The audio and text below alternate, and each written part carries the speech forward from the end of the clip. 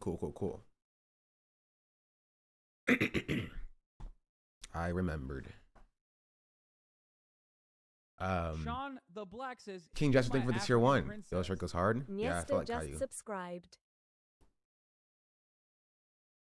But yeah, we have things to cover and talk about. I don't know why my camera's like tilted incorrectly.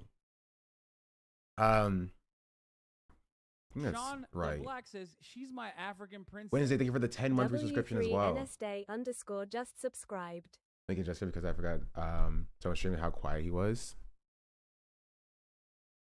Yeah, I don't know what's going on. I mean, let's turn my volume up. We're talking about combat sports? No, we're not talking about combat sports. We're talking about, this is just for my thumbnail.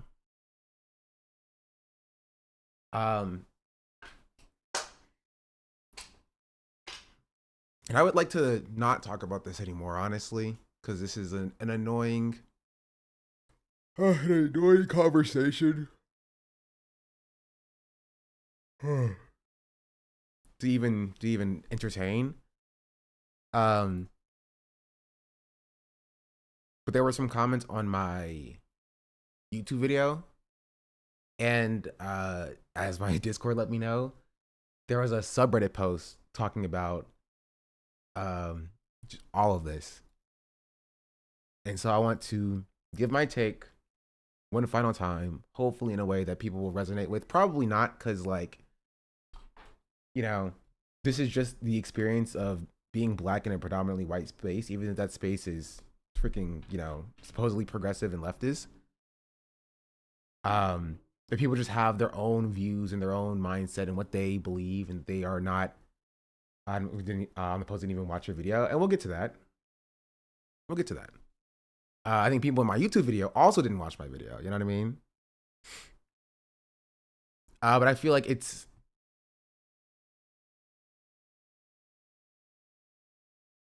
to the point where, like, I'm gonna give my final take, and then we'll continue from there. Cause I haven't seen the Reddit post, right? I didn't read it. All I know is from you guys' reaction in the Discord. You know what I mean? I will say, in the start of positive news, at least, about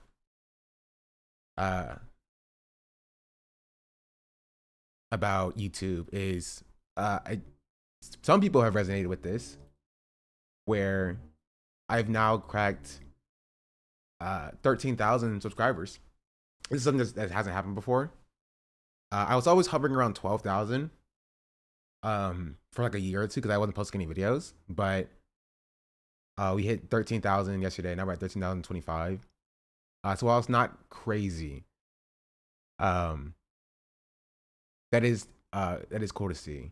And partially also it's because of my my live streams as well. Just multi-streaming on YouTube. Sean the Black says, "She's my African it's pretty princess." pretty helpful. CL4PT like, Heretic just subscribed. You know, 2K, 3K, 1K, 1K, 2K. Like, these numbers are up significantly compared to the like 100 that it started out last month.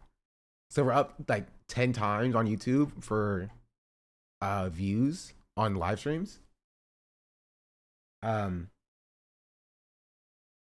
said it before, but you being on YouTube advised me to go to Twitch. Yeah. And so that's my experience on multi-streaming. And I was pretty anti multi-streaming for a while. The thumbnails help so much. I agree, right? The difference between like these thumbnails, which are just my basic thumbnails, 200, 300 views. These thumbnails, 2,000, 2,500. And this goes for all of my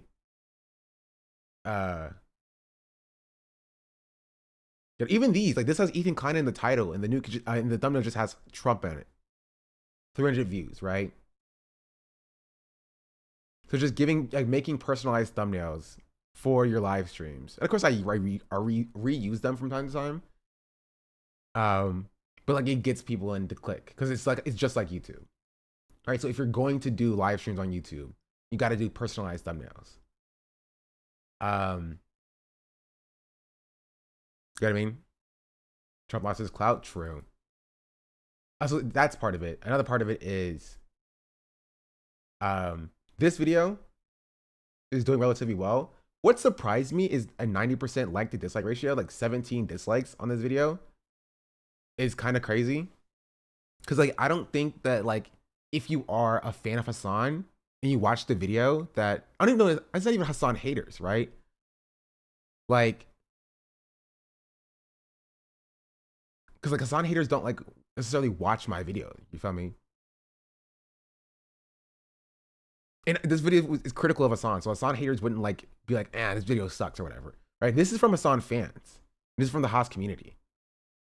Does Dean Withers have fans? Yeah. Does Hasan I be liberals? Yeah, it's Hasan I be liberals.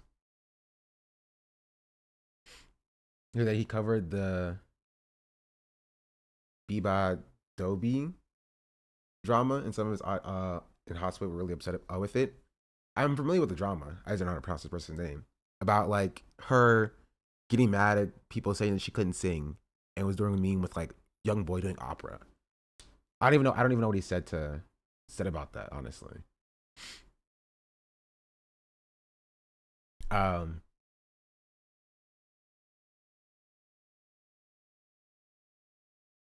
Doobie.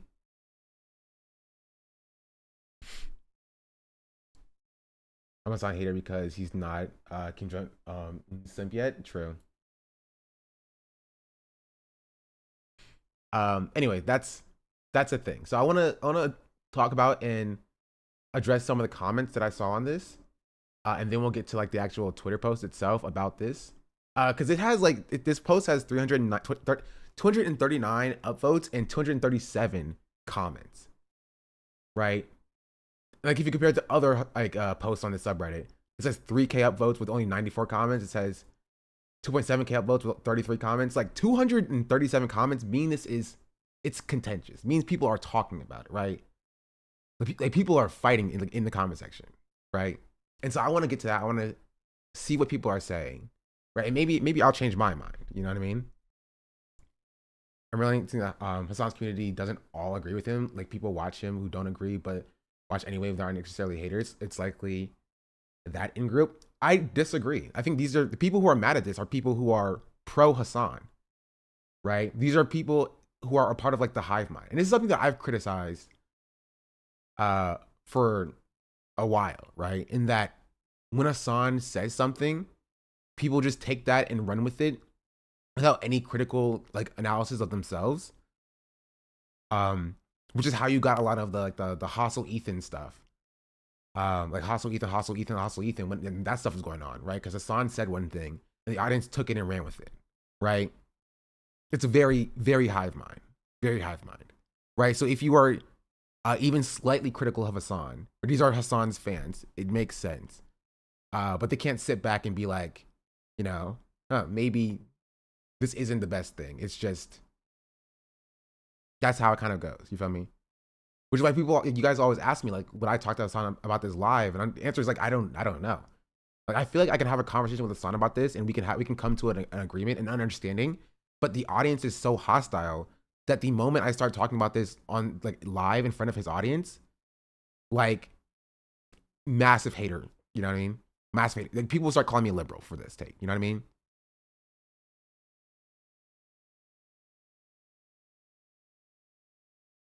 So like, you know, do I want to get into that? Is the question. And I don't know. This is an anti-liberal take though. I don't get it. Yeah, I mean, they're gonna say that it's because I'm talking about like blackness from a perspective of a black person. They'll say that it's like identity politics or whatever. Right? Or like leftists infighting, leftists eating themselves type thing. Right? This is why the left can never succeed, because of people like this who are so anti-change and anti-growth. You know what I mean? That sort of stuff. It happened with Mike from PA, who was accurately predicting Kamala's loss to the election night. So many lip-coded chatters in Hasan's huge community. Yeah, exactly that. It might turn out to be correct.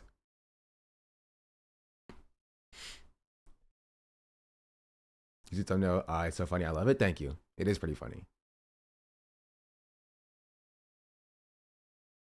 I don't get the leftist infighting argument because libs and DNC libs aren't left. People were responding infighting to comments saying that Dean was watching the content nuke and trashing Hasan before he popped in. Anyway, we'll get to that, right? We'll get to that. I want to start with the comments on my video.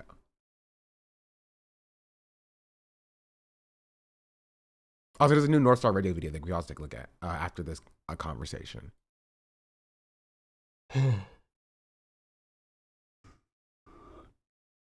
He switched up real quick. He did.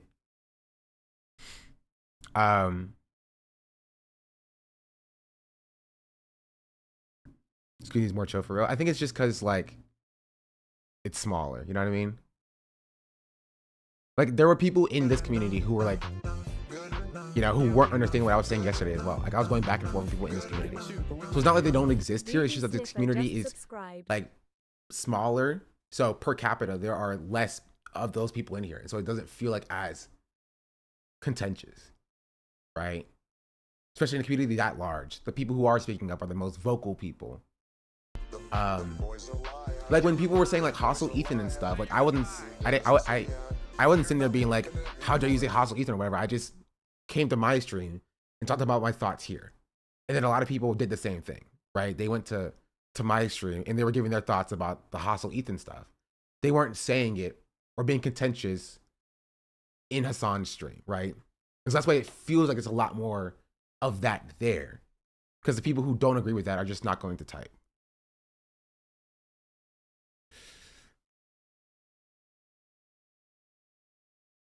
Oh, I missed the sub. Oh, Pancake Sauce, thank you for the tier 1 sub. And Duty Sniffer, thank you for the prime. Also, CL4PT, Perferic, wait, I don't know how to pronounce that. Heretic, thank you for the prime. I was getting to it. He Withers was talking on the content nuke immediately after streaming with Hasan. By the way, dude is not an ally. I mean, oh geez, hold on. We hit 1,900 subs on Twitch. That's crazy. That's wild.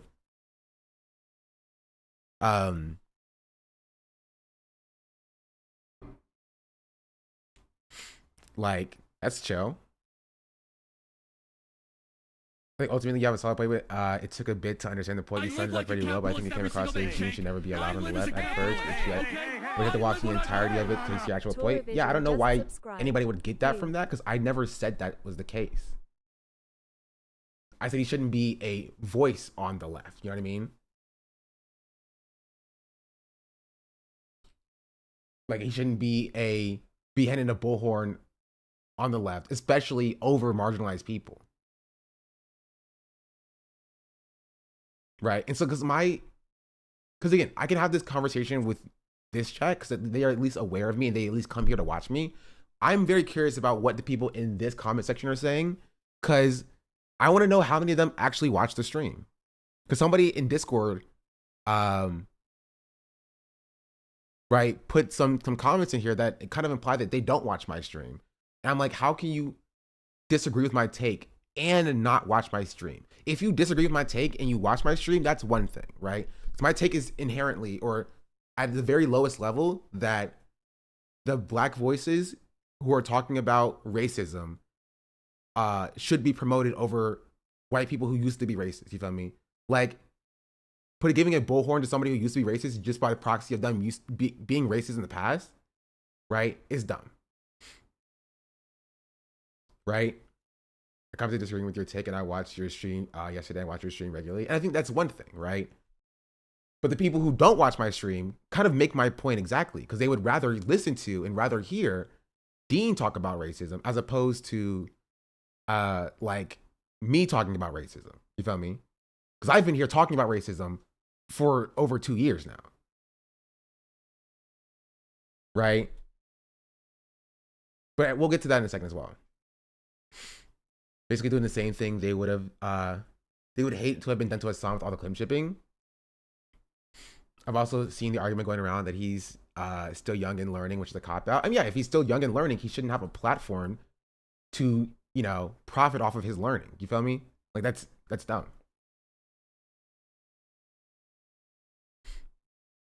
You feel me? Like that's, yeah, if he's young and learning, cool. Let him be young and learn. Don't give him a bullhorn to speak to the left. Why would he be the best voice to speak to somebody if he's still in the process of learning? Like, wouldn't somebody who's already here, who's already been through that process of learning, or at least arrived in this position already, be the best person to speak? But it just, I don't know. Honestly, I think people finding it's the point is exactly saying that they prefer to hear Dean out, more so they're just automatically going to defend Hasan. I honestly don't think most of the Hasan audience cares about any of these TikTok guys, to be honest. I mean, yeah,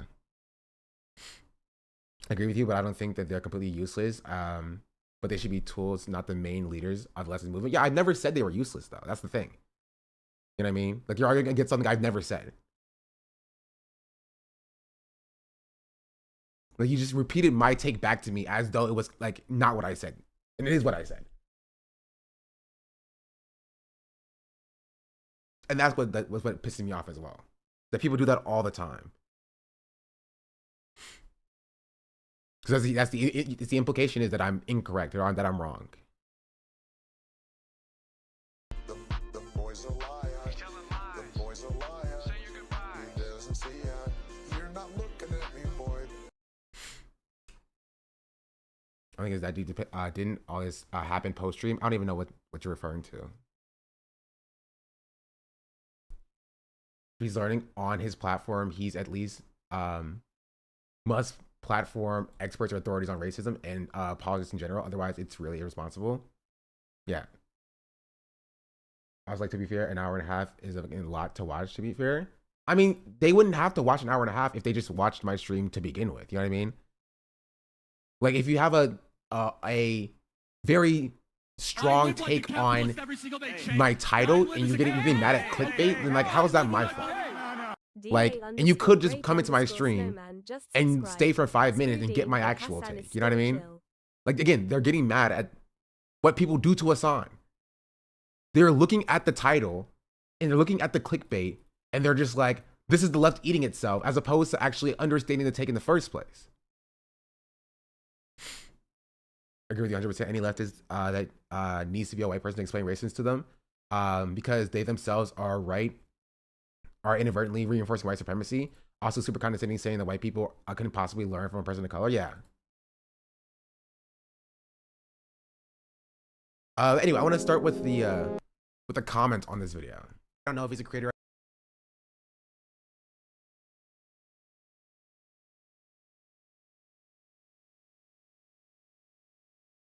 It's not just that marginalized people have been saying this for years. These dudes are getting paid to say stuff that marginalized people have always put themselves at great personal risk to say. True. This is also a good take. It's really frustrating to see these people profit off of a progressive facade when you know the price that so many others have historically paid for their voice to voice their firsthand struggles. Exactly. Yeah.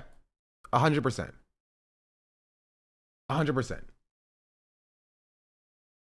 Like, it's very simple and very easy for Black people to sit down, shut up, and put their head down and just accept white supremacy tacitly to hopefully not be directly harmed or be directly, hyper focused on under white supremacy. But a white person can stand up and be like, I'm against the grain. And they just, profit from doing that. Like that's my take overall. I just hate that that's the case. I've been having similar conversations with some people in the broader community that white people get a lot of charitability, but we POCs are expected to give them grace even when the person is a former Nazi, and even the former Nazi gets more grace than us. Exactly. I would love to hear you have this conversation with Dean.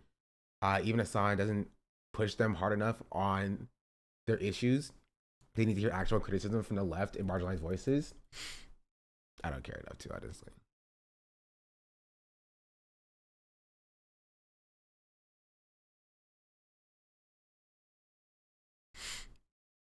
There are people commenting on this video without watching. Commenting on this without watching the video is crazy. It's important to listen to a diverse range of viewpoints from others who are on our side, even those who might speak out against people in our own bubble. Judging the content you like, if you like just content if you like, but at least watch first, you know, maybe emphasize the other perspective for outright rejecting it. The problem with standing somebody uncritically is that it's essentially a media blocker for your own, this is real hawk, by the way, for your own critical thought process.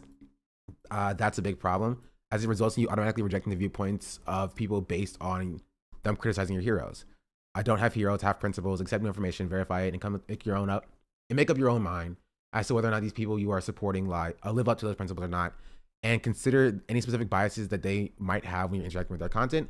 If they're challenging your own viewpoints, you recognize some of your own biases in the process, that's a bonus. Exposure to different people and different ideas and gaining perspective through empathy is how we grow as people.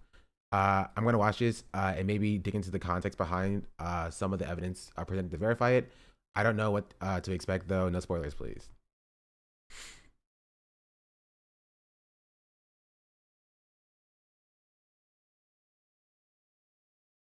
There are a lot of good points. However, they are popular, so I think Hasan can have influence on these TikTokers. I also think that part of the radicalization has to start in the most accessible place for normies, and that place is TikTok for a lot of people. People are likely to see Hasan and check him out and give him, because of popularity. Twitch is not the most popular platform for normies to watch politics. Yeah, this is stupid because like there are also people on TikTok that again don't get charitability in the same way that like liberal democratic shills who are formerly racist gets. You know what I mean? TikTok libs aren't radicalizing nobody. I mean, I'm sure that people listen to them. They do have an audience. They have a platform. But there are also people on TikTok who have good politics, who have an audience that you can platform instead of like a liberal audience of, liberal audience of TikTokers who were literally just selling out the marginalized communities that they claim to care about, right? 6 months ago to get Kamala Harris elected. And it wasn't even like, Trump is worse than Kamala Harris.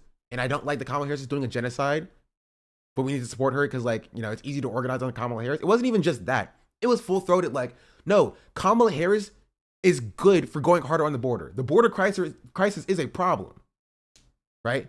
The border crisis is a problem. And it's actually good that Kamala Harris is hard on the border. And Trump is actually too soft on the border. He's actually open border Trump. And that's a bad thing. And we're platforming this person. We're giving this person our attention and notoriety on the left, right?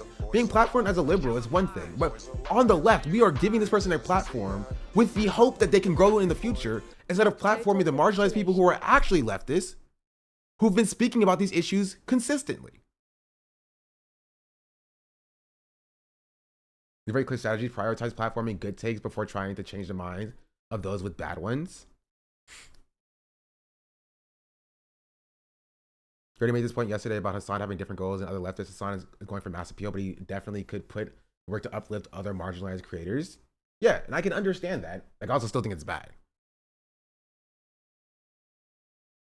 Dean isn't bad, but there are several more like-minded creators that deserve more love than somebody who already has millions of followers throughout all of his social media platforms. This idea like Dean isn't bad. Sure, I guess. You feel me? But is he the person that we should be promoting to speak on, race issues? Is the question. You know what I mean? Dean has a large audience because he's a white person speaking on race issues. And we are now promoting him because he has a large audience, because he's a white person speaking about racial issues. You know what I mean? It's a self-fulfilling prophecy. It's white supremacy that he's so large by being a white person talking about race issues. And we are reinforcing that white supremacy by saying that because he has that platform, he's now deserving of being promoted by the left because of white supremacy. You know what I mean? The expert on racial issues who only realized racism was bad a couple of years ago and still retains reactionary takes. Yeah.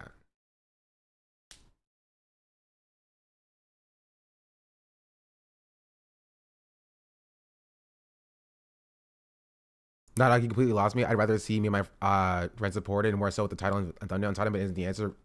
Disregards any empathy that I could have for you. The movement is about individual gains. Okay, but you're for Dean's individual gains, right? You don't care about black voices. You don't care about black people being supported, because this is the problem, right? They see black people saying, I want to be respected for being a black person with like having a take on race issues and then say, oh, it isn't about you. Let me then go support this white person instead. You know what I mean? Let me then go support this white person instead. Black people asking for reparations. Oh, I'm sorry.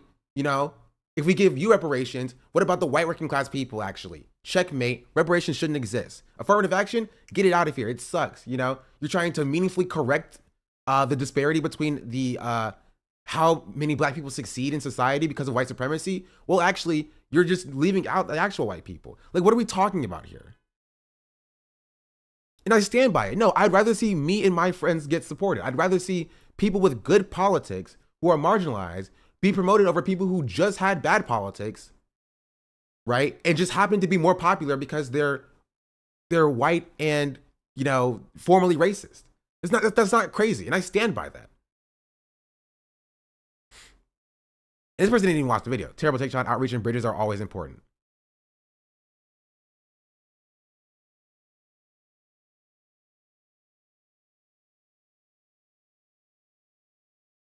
John is delusional and thinks society is platforming Dean instead of people like him. Sean needs to stop coping and do better content because Dean just puts in a lot more effort into the content and outreach to other communities to grow that Sean does by miles. Like, this is just kind of like, I mean, come on.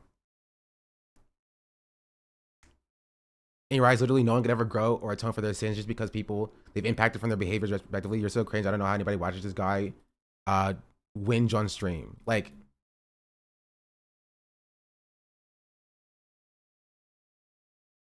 so I don't know where these people are coming from, right? I think a better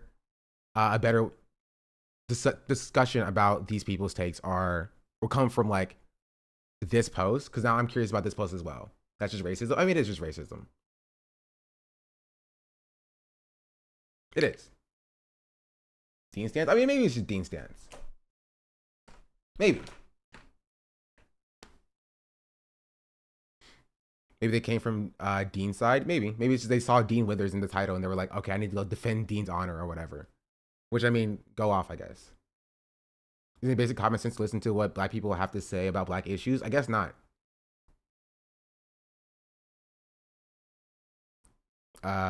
I feel like it is a lot of Dean stands are ex-DDGers.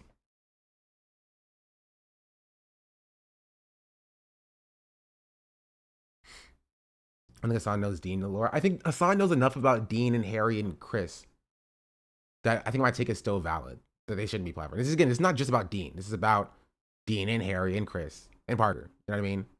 It's about this breadth of liberal TikTokers who supported Kamala Harris, didn't speak over about Palestine, and put their own opportunities ahead of like actually speaking for marginalized people. I think my reaction yesterday came from the fact that as a marginalized group, I never get the cis white men to listen to me. I get exhausted, and I do have the idea of someone taking on that emotional work, but I do see that as a personal bias now. I had to really look at myself after the stream yesterday and really see it though. I think formerly racist stories can be helpful, but not over marginalized voices. Also, Dean sucks. Dean does also suck. I agree. I'm in the comments talking about Dean being ex-racist. I don't think that Hasan Cheddar, I think that's a Hasan Cheddar because Hasan doesn't even know that. No, Hasan Cheddar could know that. You know what I mean? There's no way of knowing. Dean's big break was platform Nick Fuentes. I feel like people are forgetting that. And that's the thing that I didn't even talk about yesterday. I didn't even I saw it a little bit yesterday, but that's the thing that I didn't even cover in this video, right? Yes. I didn't even get to like how useful or how productive his content is, because his content is not productive. Yes, Dean thought it cute to go and debate Nick Fuentes on Aiden Ross and Sneako's stream. And that's the voice for the left that we're promoting. Yeah. He went to debate Nick Fuentes. And I said this like months ago on freaking Twitter.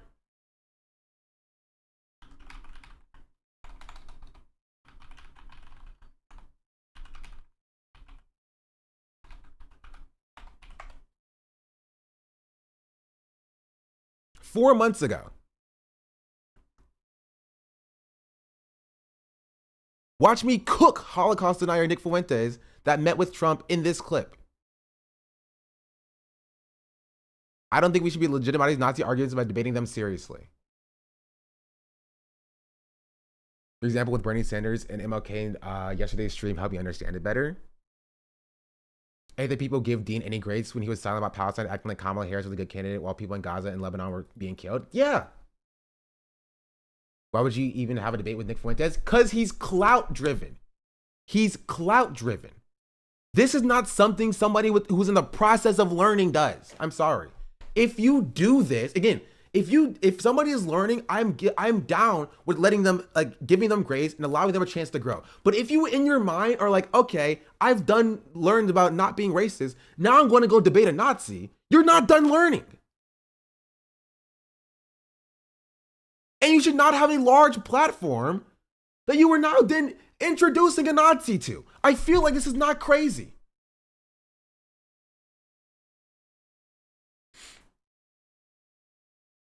I feel like this is not crazy. Like, what are we talking about here?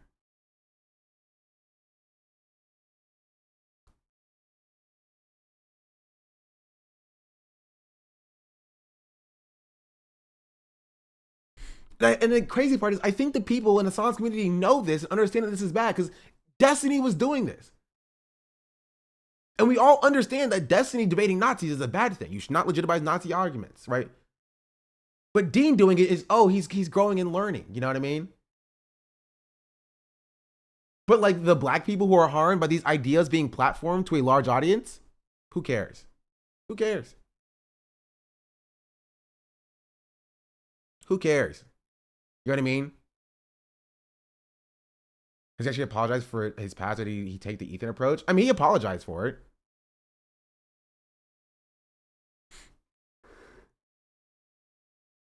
How many times is not going to associate himself with liberal only to get himself in trouble?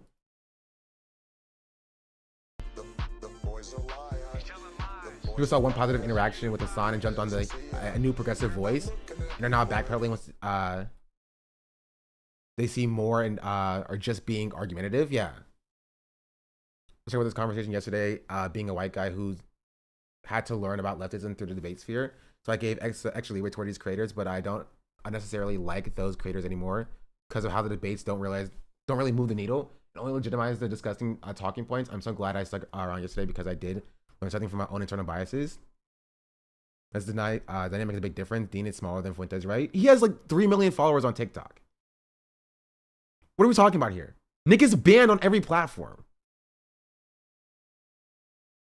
So much so that he had to go to Kick to debate him. And now he's posting these clips on his own Twitter that has 400,000 viewers or 400,000 followers.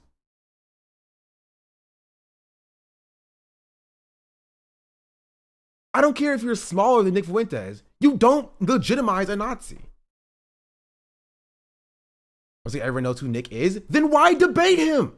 Why would you debate him if everybody knows he's the Nazi? What are you doing? What good are you serving by debating a Nazi if everybody knows he's a Nazi?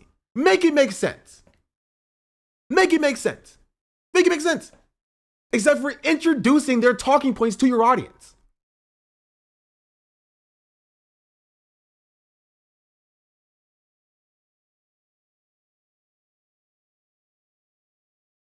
What are we doing here? Anyone else can be persuaded by his takes? No, no, chatter. No, they cannot. They are also Nazis.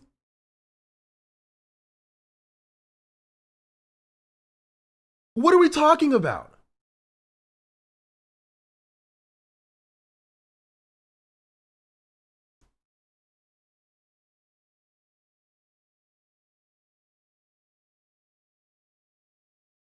What are we talking about?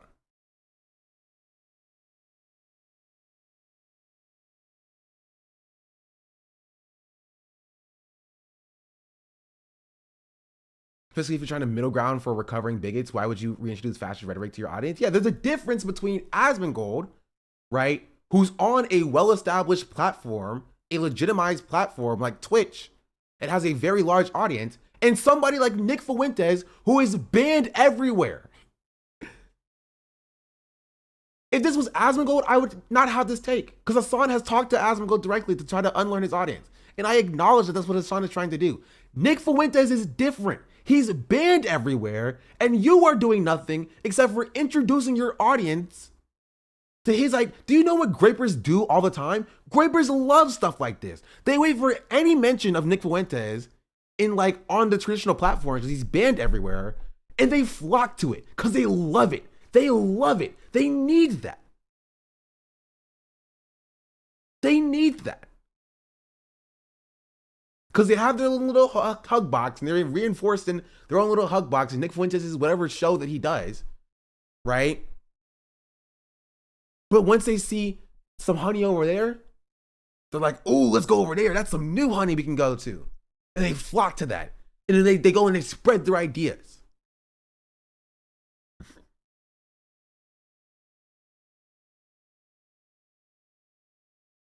Like, what are we talking about?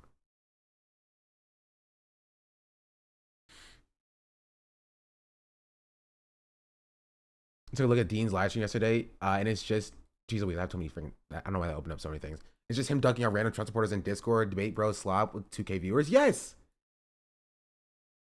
And that's it. It's just, he does, it's a little series he does, because based on his Jubilee appearance, just debating 100 Trump supporters or whatever. Like, there's no theory there. He's not talking to the lived experience of freaking, like, of black people. You feel me? This went horrible for Dean too. He had no clue how to counter Christian fascist takes. Ended up getting stuck in an argument about God instead of calling him a Nazi. Yeah. Like, it's just, it doesn't make sense. It doesn't make sense. It doesn't make sense. It doesn't make sense. Right? And this is just all he does. Like this person is a Nazi, right? You got cooked, log off forever, 5K likes. You know what I mean? What's up with the weirdos in the replies? This guy denies the Holocaust. Why do you support him? Because they're Nazis. Like, what are we talking about here? What are we talking about here?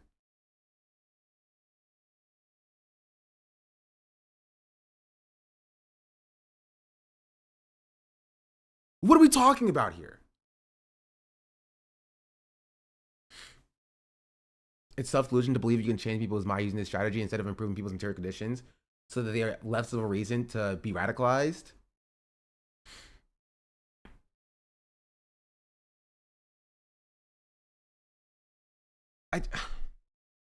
Must not have been on the internet for so long. He's flabbergasted by this. Yeah, because the last time he was on the internet, he was saying slurs in 2022. In 2022.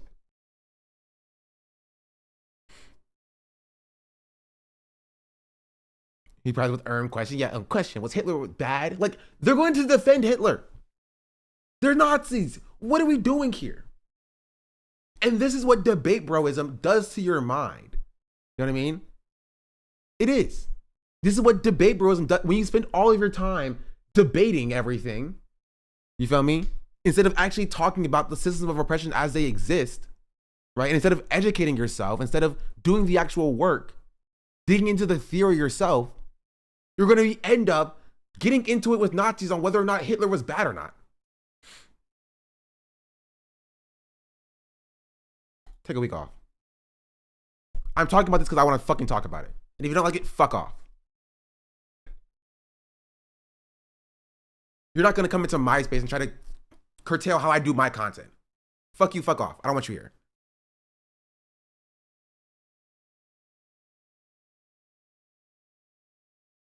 This issue is bigger than Dean, and it's bigger than Hasan. And I talked about it being bigger than Dean and bigger than Hasan yesterday. So go watch yesterday's stream.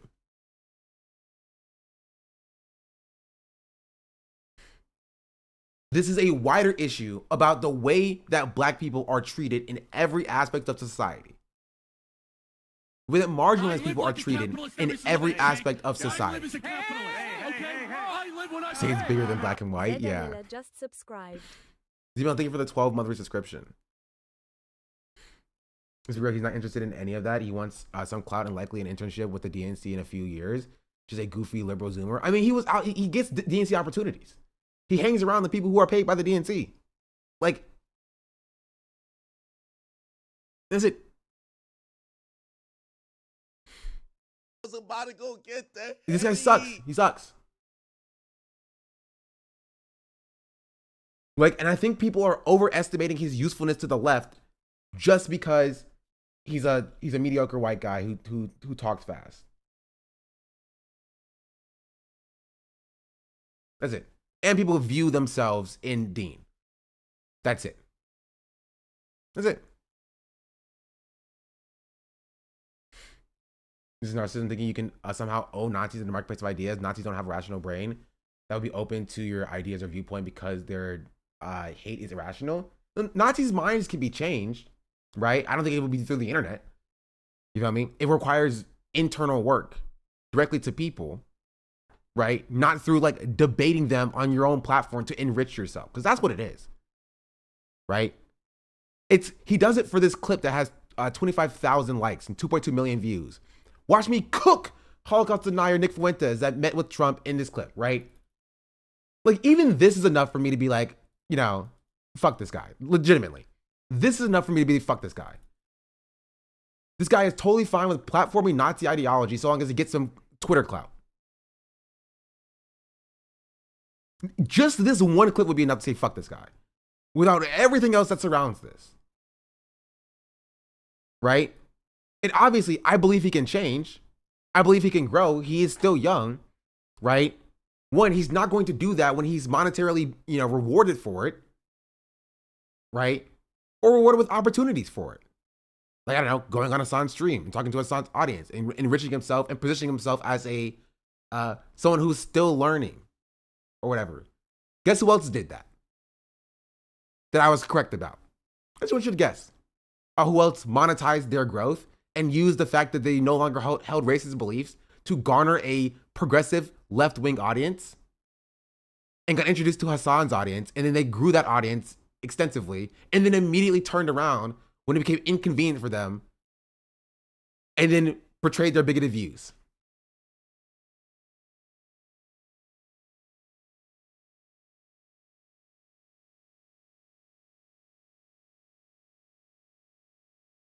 Which I've literally said before. I don't know if chat knows my clip is. We looked at one of my VODs from years ago, not years ago, like a year ago, where I said this exactly. I'm just gonna find it.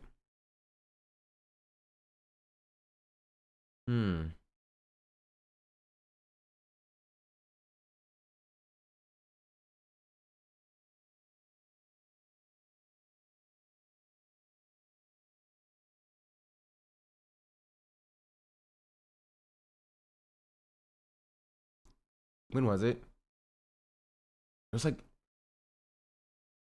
November Somebody go get 2023. that. Gifted a tier 1 sub to N1 Nashir. They have given 20 gift subs in the channel. Let me check the actual. Because we looked at one of my old VODs, and in one of my old VODs, I pulled up a clip of me talking about Ethan, and I was objectively correct.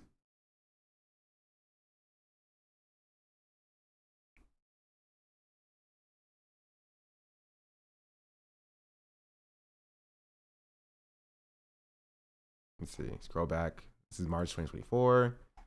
This is April 2024. Is that when it was? Yeah. I'll let you know. It was 2023.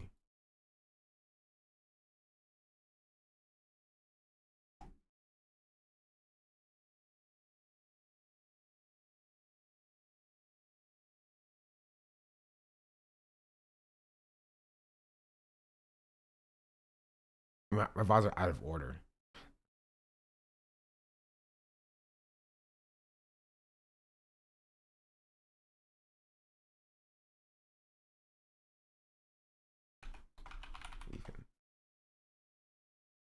I know it's here somewhere. We're talking about leftovers.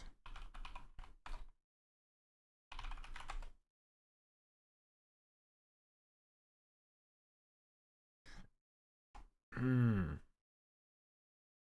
me see, actually check mine here.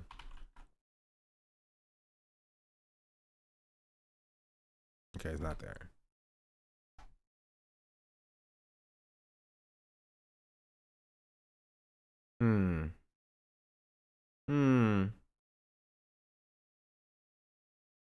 OTK. Slave owners. Asman. Encampment. Asman.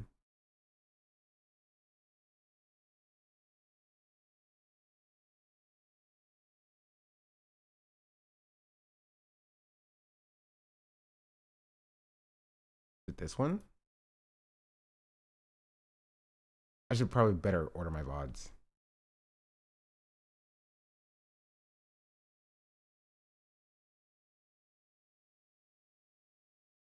Anyway, it's not entirely relevant.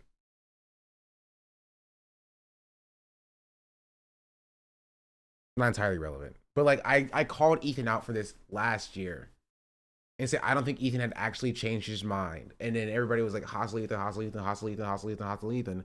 And lo and behold, Ethan didn't actually change his mind. What a surprise. You know what I mean? But I do want to see.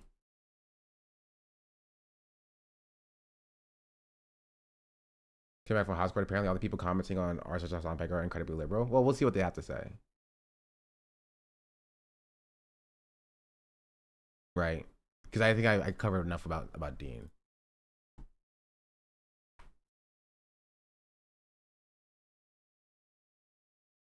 The argument that Hasan should focus on platforming more leftist creators from more underrepresented groups, and I agree with that. He should prioritize that over guys like Dean. The argument is that he shouldn't platform Dean because he used to be racist homophobic, which is what seems like Sean's biggest point. That is not my biggest point. I'm not sure I fully agree, especially considering Dean is still only 20. He still seems like he has actual values and morals. This is also not true. He has not demonstrated he has any values and morals. How does somebody who never talked about Palestine before the election, and then when Trump gets inaugurated, makes his first tweet finally about Palestine, have morals and values? Genuinely. Again, it's pure projection. It's pure projection. People are projecting values and morals onto Dean. The responses were horrible and they validate every point you made. Like, it's pure projection. He has not spoken out about Palestine. He has defended Kamala's horrific and draconian border policies, right? In this debate with Dean. We looked at it freaking yesterday. Don't believe me? We looked at it yesterday. Know about our Where's it at? Vote against it. Torpedoes the bill. Get the border crossed. is higher than at any point in history by far. In the 10 years between 20, you're a policy. You're so educated about the border, and then you say that Lankford's bill was in the Senate in 2024. No, that was 2023. It started drafting in late 2021.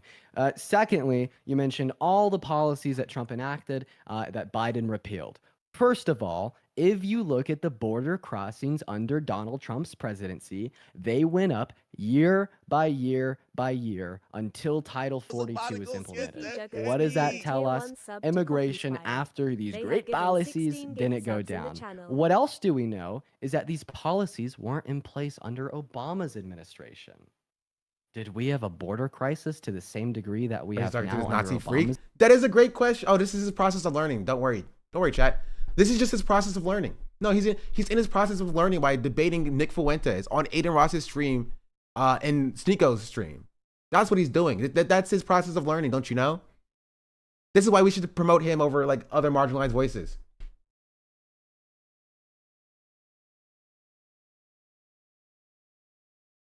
Dean was so clearly part of the whole getting Republicans to push for vote for Harris push no further than what he educated himself on. Yeah.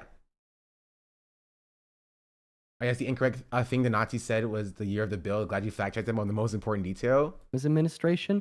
No, at points we had lower crossings than we had under Trump. Phenomenal. What does this tell us? Is that Biden repealing those policies didn't cause the crisis to start. So what did? That's a great question. Well, let's treat Title 42, the total and complete shutdown caused by gush through. This was natural, normal, and expected. We should evaluate the responsibility and the efficacy of our current administration based upon their response to this crisis being caused by the revocal of Title 42.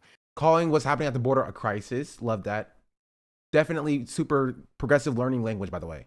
should be a voice for the left, 100%. And what was their response? To implement bipartisan border legislation. And the first step they took was to influence exactly that through the House and the Senate. That was Lankford's bill. What happened next? Trump calls the Republicans in the House and the Senate, tells them to vote against it, torpedoes the bill. Nick over here knows the story. But I would like to ask you a very crystal clear question, Nick. And it is in the sense of a hypothetical.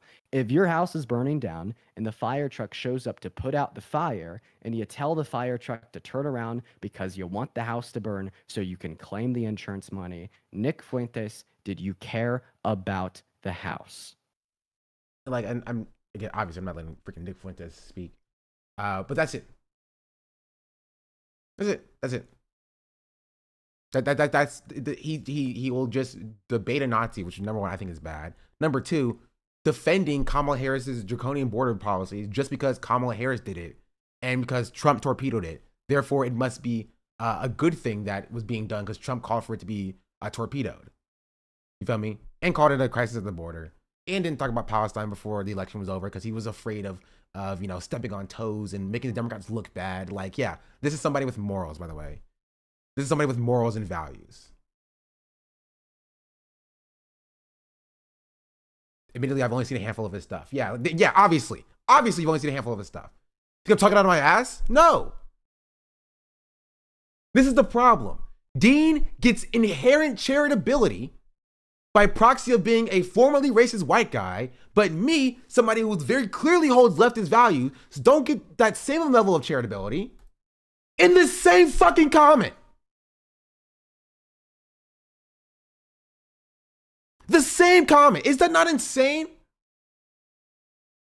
Literally describing my exact issue. Dean gets the charitability because he's a formerly racist white guy that I don't get in the same comment from the supposed leftist. Directly demonstrating my overarching point.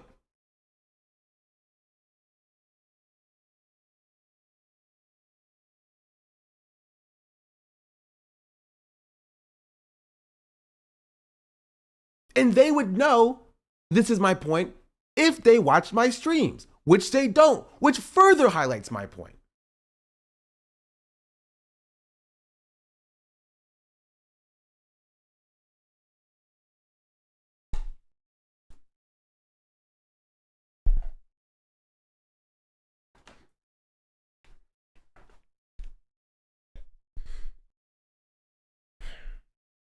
I said that much. I love the guy. I think that Hasan has proven to not always be the best of the character in regards to these former edgelords turned reformed liberals, especially a debate bro. He used to be racist. Just got here. Yes. It's not video still very good. I recommend people watch it in its entirety. This guy important / relevant. Why do you care about him? Is there a lot of messages? What you focus on? Each one you will go loco, and I will take 5 minutes off. I talk about what I want to talk about. They post 9/11, baby? No. Hasan's sycophants can be extremely annoying when you critique him on anything. It's so infuriating, to be honest. Yeah. Shouldn't even be validating the border crisis by taking it seriously. This is the literally what people like Fuentes want. They know that it's not a real issue, but they want people to, from the left, to legitimize it so that it's a thing to market. Yeah. Which is literally the problem that I have with Kamala Harris is that, and the liberals in general, the Democrats in general, is they ceded the ground on the border being an issue. Again, this is what I talked about in my freaking video about why Kamala Harris sucked, because she did suck.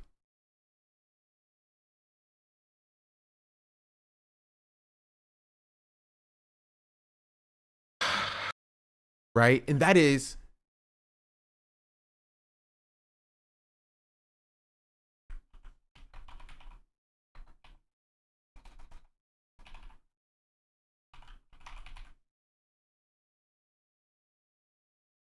here,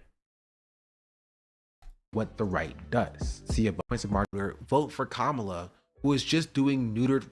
Why would a Republican voter vote for Kamala, who is just doing neutered Republican policies? If Kamala is conceding that the border is such an issue that it needs to be stamped down, if you believe that, why would you vote for the person who is just coming around to that position and not the build that wall guy? If you feel inflation is a problem, why would you vote for the person who was telling you that it didn't exist because they fixed it 4 years ago? Those were never the voters Kamala should have been courting, and the polling shows that to be correct. I live as a capitalist. That. Okay? I live when I Right? Lol, Conceding forgot, just to the subscribe. right wing What's that the good, border you is an keep your issue doesn't do anything for you. It doesn't. It makes things worse. You alienate the actual left-wing position, right? And you're not courting Republicans. You're not. You are not courting Republicans. Republicans don't care if Democrats say the border is an issue. There's only one Republican who ever cared about that, and that is Liz Cheney. And Liz Cheney only cared about that because she wanted a position in Kamala's cabinet. Other than that, Republicans don't care. Right? While you're saying, yeah, we're going to increase border security, Trump is saying we're going to forcibly deport all migrants. And so somebody who was in 2016 voted for Trump because Trump was saying we're going to increase border security, they're going to look at the issue and they see the Democrats being like, okay, we were wrong about the border not being an issue. Now it's an issue. Now it's an issue. And they're going to be like, okay, well, the border is now an issue. You are not going hard enough, but Trump is. I'm going to vote for Trump instead. This is why you don't engage with, like, first of all, the culture war, but two, you don't engage with, like, trying to court Republican voters by doing Republican policies. Anyway, this is like a bit deeper than I want to get into. But like, yeah, no, this is just Dean in the process of learning. Don't worry. I think the writing on the wall is that Dean is a cloud goblin that saw an opportunity and he's taking it. Yeah. And Hasan has his own goals, right? It's similar to the Ethan situation, right? Hasan has his own goals to speak to Dean's audience. Like his goal is not to speak to Dean. His goal is to speak past Dean to speak to Dean's audience. But in the interim, the effect is the same, is that Dean gets promoted. Dean gets opportunities. Dean gets rewarded for having shit politics. That's what happens. You know what I mean? That is the case. Dean gets rewarded for having shit politics and never has to actually learn. Never has to actually grow. If he's rewarded for having the shit politics that he has now, do you think he's actually going to change his mind? Genuinely. If he gets rewarded for having the shit politics that he has now, do you think that he actually is going to change his mind in the future? Do you think he's actually going to understand, like, hey, maybe debating Nazis is a problem. Maybe I shouldn't concede to right-wing framing on these issues. Only if the money runs out? Yeah, then he's going to change his mind to the place where the money actually is. Like, again, we have evidence of somebody doing already. It's literally just Ethan. This is like verbatim, point for point, Ethan.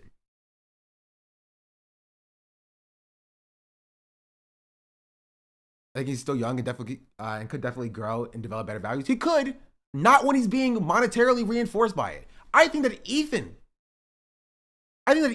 can still grow. I think that Ethan can still change his mind, right? I thought he could change his mind last year as well. The problem is he didn't change his mind, and he won't change his mind because he's being monetarily rewarded for it.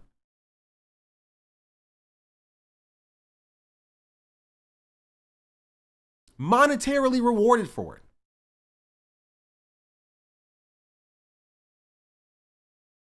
If there is money to be made by holding your current position, that's what you're going to do.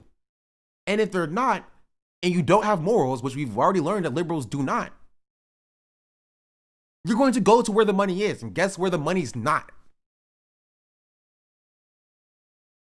There's a reason why you never see these people, you know, without being rewarded for it, going to the left. Or once the money runs out, they never stay on the left. 9 times out of 10. They always run back to the right because that's where the money is. When you are valueless, right, which Dean has not demonstrated that he has values, people are projecting onto him values,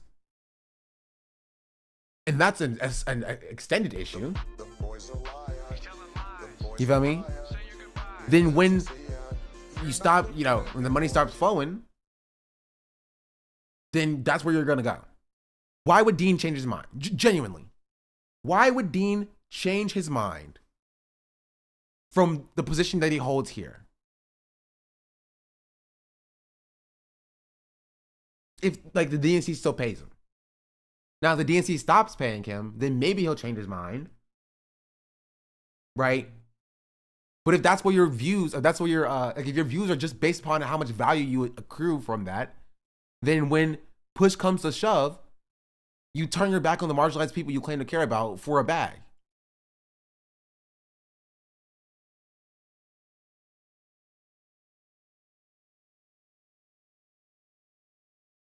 I do think that it's important to keep in mind that leftists don't have the lion's share of the platforming power. Jubilee is not leftist, neither is the DNC. I do agree that we shouldn't be platforming people like Dean, but again, it's not like we have a major platform to begin with. I don't know, just semantics. I mean, Hasan has a major platform. That's just true. Hasan has a larger platform than Dean does.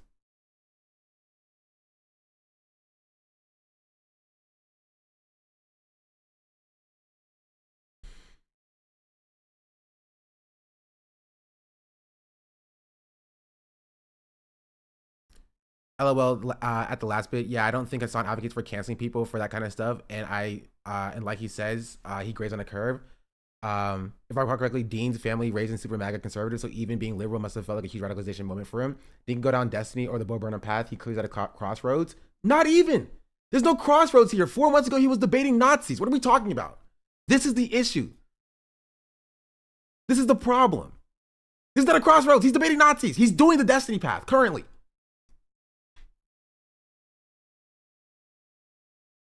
He will be on MSNBC in less than a year.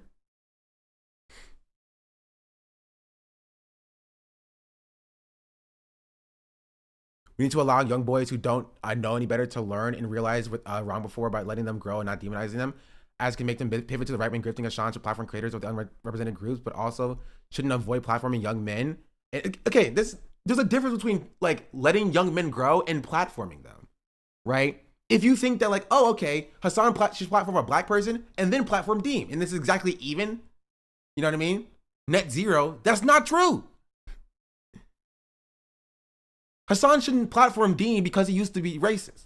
Hasan shouldn't platform Dean because Dean has not finished growing. Dean has not finished arriving at the correct positions. Dean has not done the work. And when you reward somebody for not doing the work, they will never do the work. That's the issue. That's the problem. That's my take. I'm not saying nobody who's formerly racist should ever have a platform. That has never been what I said. That has never been what I've advocated for. And if you think that's my position, you are wrong. My take is purely we should not be rewarding people for not doing the work. I should stop sucking young men's dick for a minute. Like, you gotta coddle and hold young guys by the hand so they don't become racist. I hate to bring up a third video that I've done so far, the third time this has happened. I have a video on that specifically too. How the left should deal with alt-right radicalization. But to answer the questions that they claim to care, well, how do we attract them? You may be asking. Well, firstly, we will never attract support as easily as the right by doing what the right does. See above paragraph. And in an attempt to do so, many leftists will antagonize the marginalized communities that they claim to care about to attract the 12-year-old white edgy demographic. You will weaponize misogyny, weaponize transphobia, weaponize racism to get whatever dunk or ohm you wanted at the time to appeal to that demographic, all while alienating the communities that you claim to care about. So great. Now you have an entire community around you that claims to be leftist, but let a trans person speak to you the wrong way. Let a black woman cross you and we see the truth. We see what happens when you grow a following of former alt-right teams who have failed to reflect and properly address their bigotry. And I personally don't like it. There's a reason why a lot of leftists got so defensive at this tweet. I don't know, something about shoe sizes or something like that. But to answer the question, the best way to reach these men is to meet them at the points of marginalization that they do face, their class position. Not even that Dean is not finished growing yet, right? Because if he did finish growing, he wouldn't be yelling at conservatives about why Kamala Harris is good on the border. That's not effective, right? The problem is also that he's not effective. Even in this idea of like Dean, what Dean tries to do, he's ineffective at doing it. He's ineffective. If Dean is teaching people who are right-wing to not be right-wing anymore, then cool. Now you have somebody who's just has Dean's position, lacking class analysis. Which is why Dean needs to finish doing the work so he can arrive at the position of class analysis so that he can properly and effectively walk back conservatives by appealing to their class position. But he doesn't do that. He only debates conservative or Trump supporters on the proxy of Trump bad, Kamala good.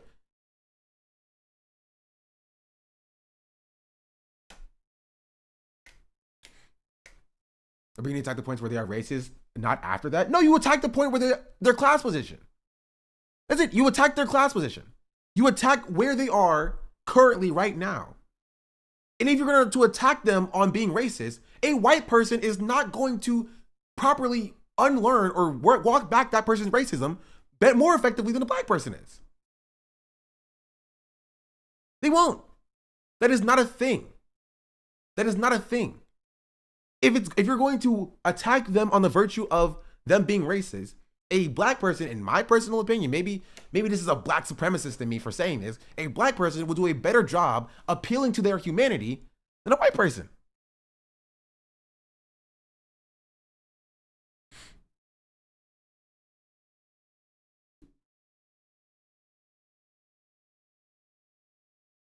Do you not convincing someone that slavery is bad?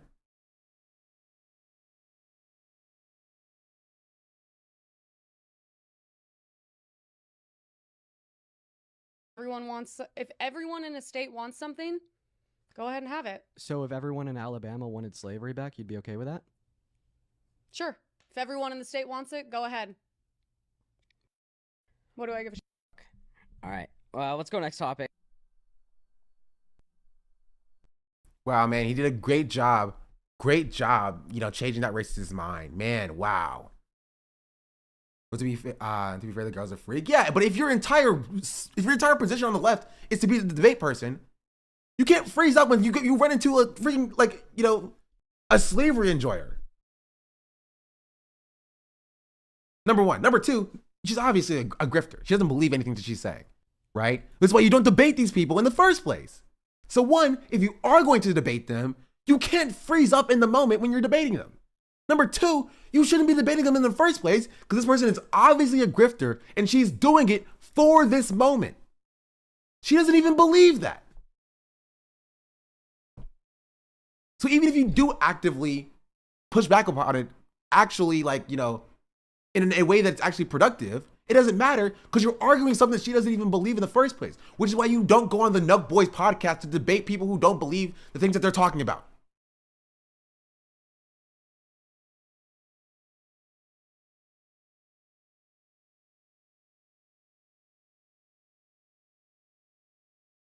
Like, what are we talking about here? It's obviously a bigger issue than Dean and Kelvin. Do I hate Dean? That's my position. You know what I mean? Dean and okay, we'll get to that in a second, actually.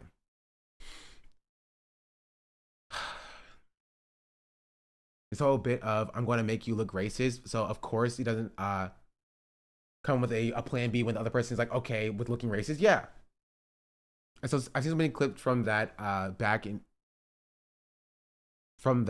even though it's obvious to us, it's insane that some people actually hold these beliefs. Just seeing her stunning him and winning, no pushback is insane. Yeah. This clip is a W for her, by the way. Like, we're seeing this on TikTok from this account being like, oh, Dean was so real for that reaction. The liberal debater whose supposedly entire mindset is to debate things and unlearn conservative positions is so real for being speechless at what she said, because it is speechless. But I thought his role on the left was he was formerly racist, so he knows how to talk to these people. That's what y'all were telling me. For the last 3 days I talked about this. He's formerly racist, so he knows how to talk to these people. And that's the role that formerly racist people have. People who formerly hold or held these positions, right? The role in the left, which is why we should platform them, is because they know how to talk to these people, right? But in the moment, it seems like he didn't know how to talk to her in the first place. But no, tell me again how he's super impactful and needed for the left. Tell me again how Dean is necessary for the left. Please, tell me. Tell me. He's not formally racist enough, yeah. Actually, you know what? Maybe we should bring her on, you know what I mean? Why don't we get her to speak for the left? Why don't we give her a platform? You feel me? Why not? Why not? She says, I'm sorry for saying that. We just give her the microphone. Make her the voice for the left. Why not?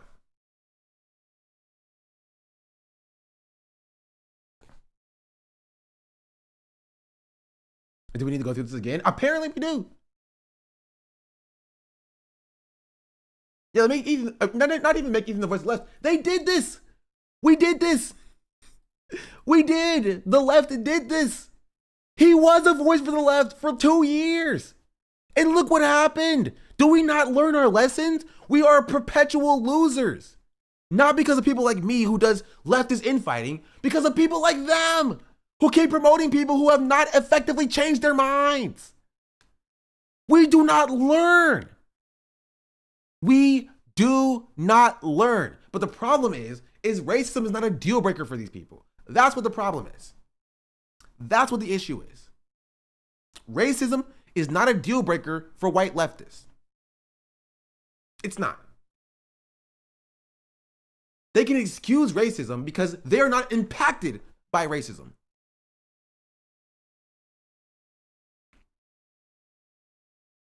Misogyny as well, 100%. 100%.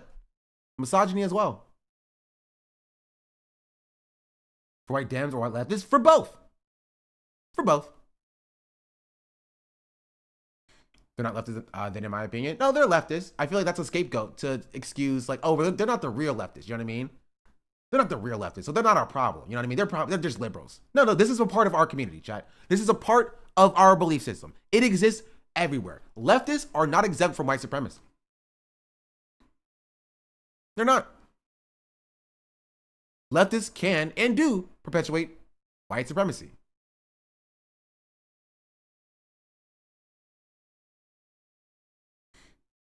Conservatives also look at that girl and say, that's not us. Yeah. I mean, they're doing it with the Ethan Klein stan guy, right? They're saying, oh, that's not a part of Ethan's community, actually. He doesn't represent us.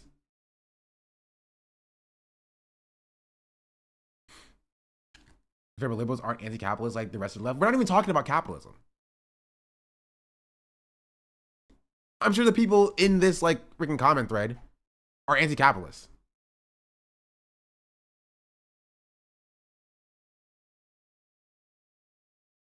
I watched the video later, but regarding the discussion on who to and not to platform, the left is a minority politically, and the allies advocates to win. This includes people who are at present not ideologically aligned with us. I would consider his talk with Dean as outreach and access to new potential leftists. And I watched this the first 20 minutes on the way home from work, and I understand what Sean is saying. I still view liberal outreach as Hasan as a net benefit for the growing left, but I definitely understand where he's coming from in terms of platforming these DNC guys. That's literally it. You know what I mean? Now, first of all, I think that like maybe watch the video first before giving your takes is my overall point. But that's it. That's it. That's literally it. That's my take. My take is like, again, I operate in reality. Hasan is going to do what Hasan is going to do. And I understand why Hasan does, right? What Hasan does, right?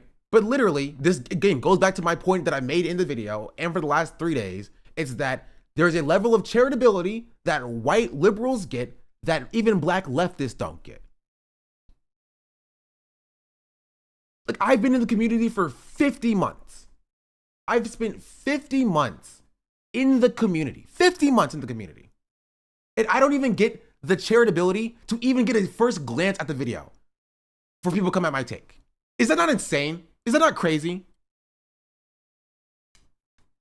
But Dean gets the charitability of growth. Dean gets the charitability of learning. That's wild to me. It's fucked up. It's fucked up. And we're surprised when Hasan gets like drugged by like black Twitter every now and then when people saying the community is racist. We're surprised by this.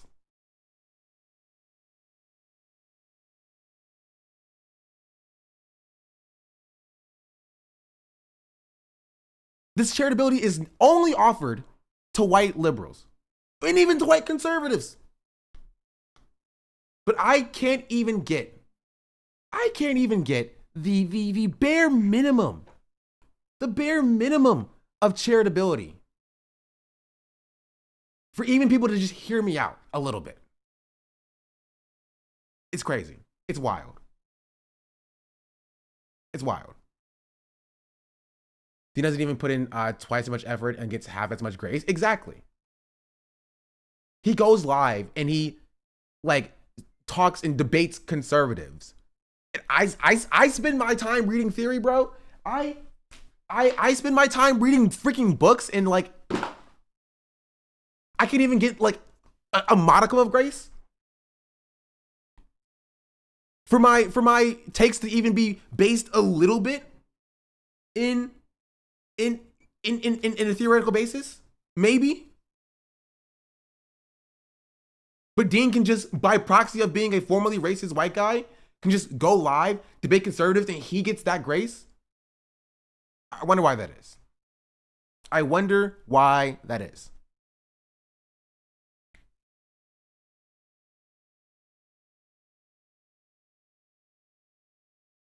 Any decent person takes your criticism of Hasan's community as somebody who's a part of it and cares for it and wants to improve. I think you could absolutely send a message to Hasan without fear, how you are very aware of the TikTok politics zeitgeist, and you see the writing on the wall with these guys. Survival for reading, it is survival for reading. Don't you think this is more based on where the audience is at, i.e. more people in America are at an ideological position? What do you mean?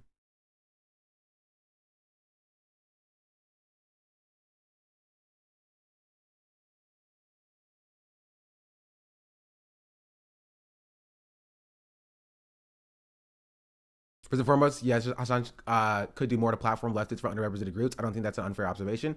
Secondly, Dean is a dick back in the day. No, he wasn't a dick back in the day. He was racist and homophobic.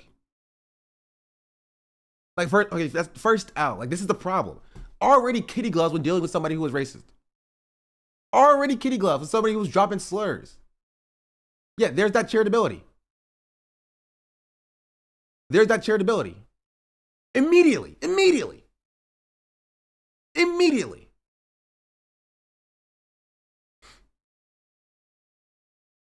Here's in the same interview before expressing regret for his past racism, but saying that at least he's not as bad as Trump.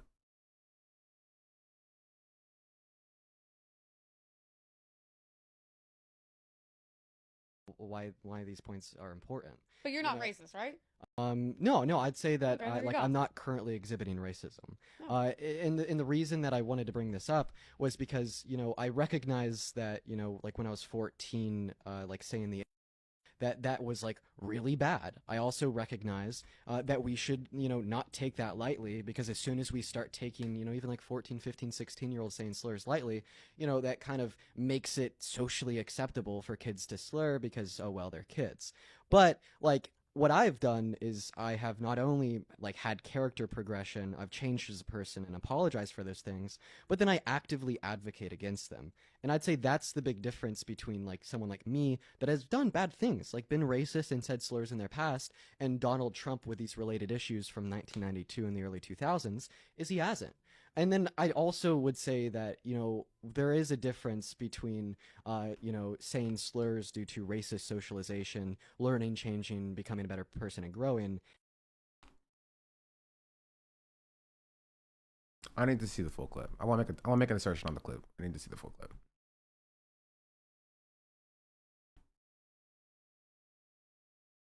If he's changed, he's changed. Which, again, whatever.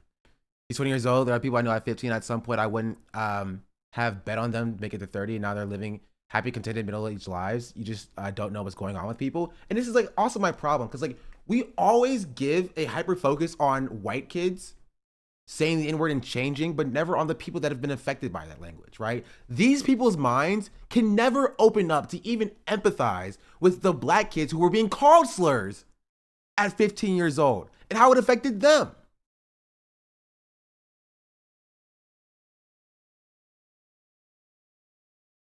And that's white supremacy. This is how white supremacy manifests on the left. This is it. This is how it is. This is white supremacy. And it makes people very uncomfortable to hear. Which is why, again, they don't give me the benefit of the doubt to even watch the video. Right? It makes them very uncomfortable to hear. It's white supremacy. They're doing white supremacy.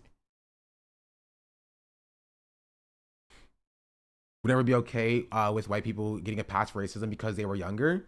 And again, you can change, you can apologize, right? But the hyper focus on, oh, well, the white kids say they were sorry. They have their whole life ahead of them. When there are black kids who are being called that word, who speak about that experience, and they're not listened to. You would rather listen to a white kid who was calling a black kid the N-word than that same black kid talking about how it affected them to be called the N-word. Also, bro, you were literally yelling at my mods, or yelling at me for warning you like I'm not talking to the entire chat right now. Yell at the mods. I don't know. Put it in your unban request, I guess. I don't know. I don't know what to tell you. I don't know what to tell you. When do you think I have time to type out a warning message to you specifically? Just take a second and think about that. Just think about that, please. When did you see me like just type out that warning message to you real quick on the side? I don't even know what it said. I just saw it pop up and said warning message. Jeez Louise. Try to think that I'm talking to them specifically. My mods are me talking to them specifically, I guess. I'm not saying that people shouldn't change. I was trying to say that people who have problematic views shouldn't be rewarded for it with a platform, especially with marginalized people who have been talking about this stuff for far longer than them. Exactly. I got called poop as a joke by my friends in elementary school because I'm brown. They didn't even realize how racist awful it was until I was in high school. Like, and we're supposed to just like, I'm supposed to get on my hands and knees and just applaud white people when they've learned that I have, you know, I'm a person. You know what I mean? Yes, please. Please, just, please tell me more white people how I'm a person who has rights and stuff, right?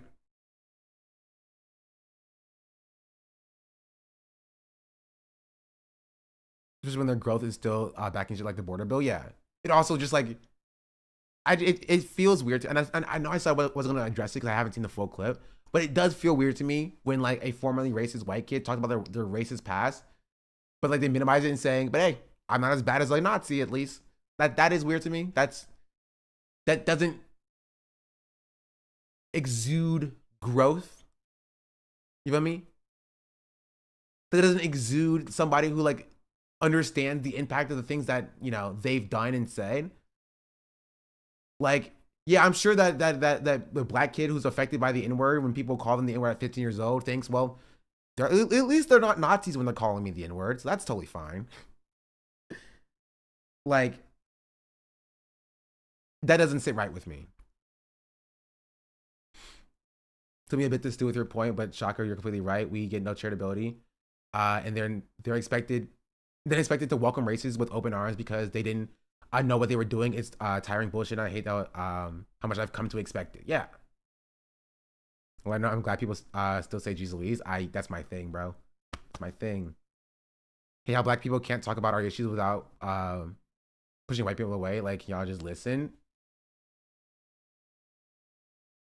In kindergarten, my daughter told me that she was told she was the color of poop. She poked of the kids with the safety scissors and got suspended for the day when nothing happened to the kid. My mom found out what happened and made him apologize. The teacher didn't even tell her about the situation. Yeah.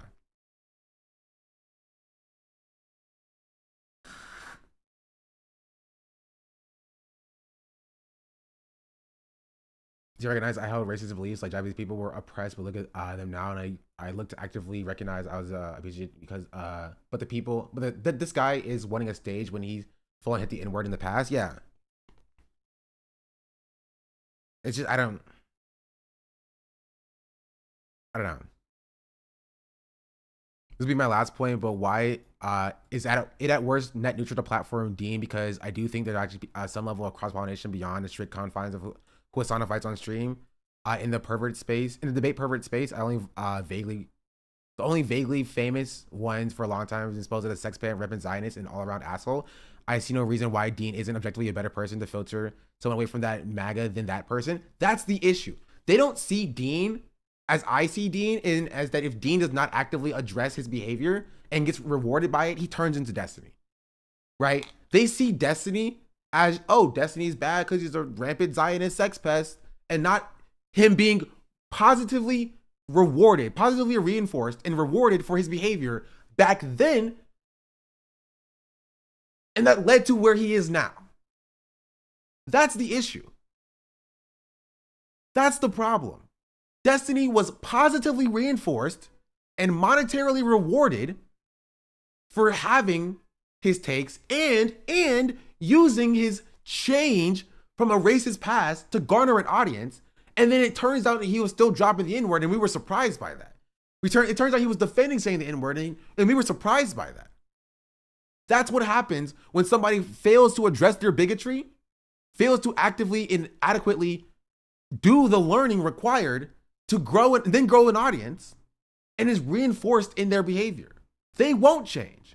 We have evidence of this. Not just Destiny, not just Ethan. Vosh is another example.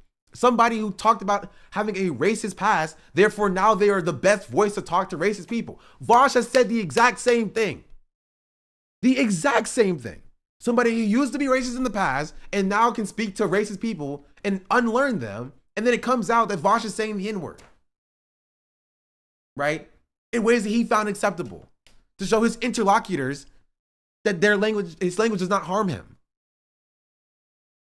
This happens all the time. And all I'm saying is maybe when people are demonstrating change, right, we ensure that they actually do change before rewarding them for not changing. That's the problem. These people don't see like Dean as a product of the structure of whiteness, right? It just as like a white liberal who's almost a leftist who has good values.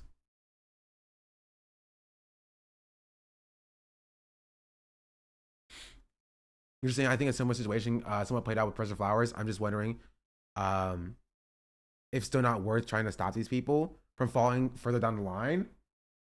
I'm not saying that it's not worth trying to stop these people from falling further down the line or whatever. I'm just saying that they should not be monetarily rewarded with the platform, right? While they're in the process of learning. That's it. That's it. I think that they should still do the work to learn, right? And arrive at a position that is good and moral and just, but rewarding them when they have not demonstrated that learning is not going to get them to learn, right? And it comes at the expense of the people, marginalized people who've been speaking about these issues forever. Also, when white people and their feelings are centered in the conversation about racism, it makes it harder for black people in POC to talk about racism without being accused of talking down to them.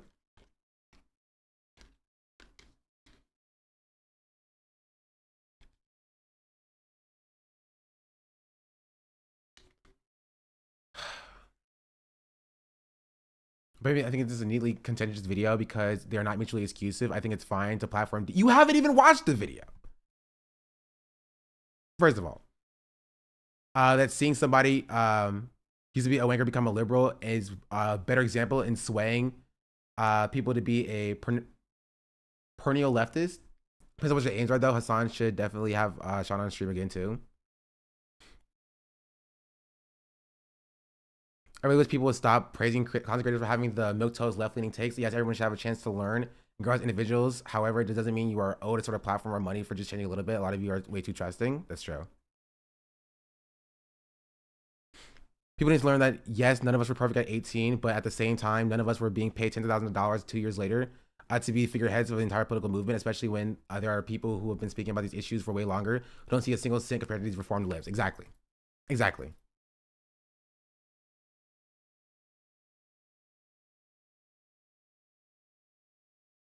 I'm saying I disagree with the other comments, but I will say I kind of think these These boys are open to Hasan's list platform. Them points are a bit naive when Hasan has the biggest left-wing platform online. It serves these boys to be open to him for now. E.g., their live went from 2K to 8K the moment Hasan joined.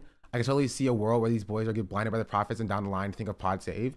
These boys are already being paid by the DNC and enter the grift pipeline.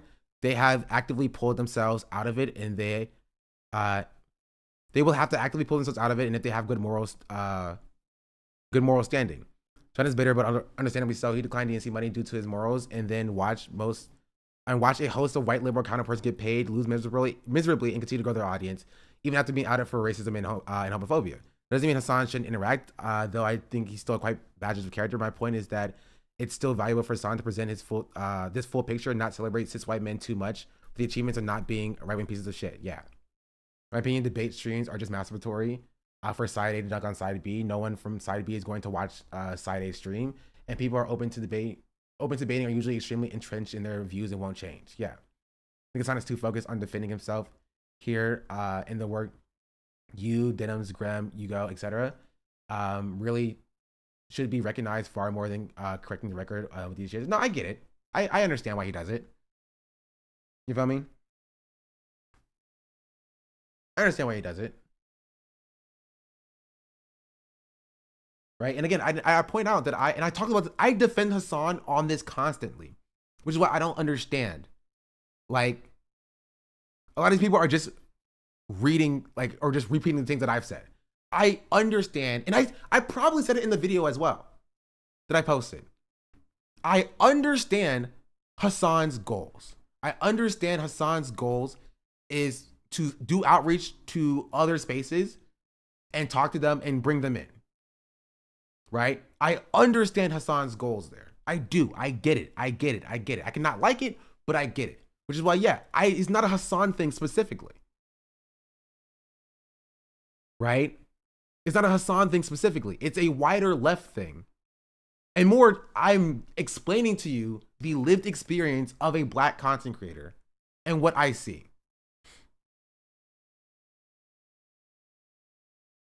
Bad Sean, in my opinion, we need a big tent. You gotta change minds. Left fighting, infighting is a waste of time, and I don't think he's a Harry or Olivia Giuliana type. And based on what evidence?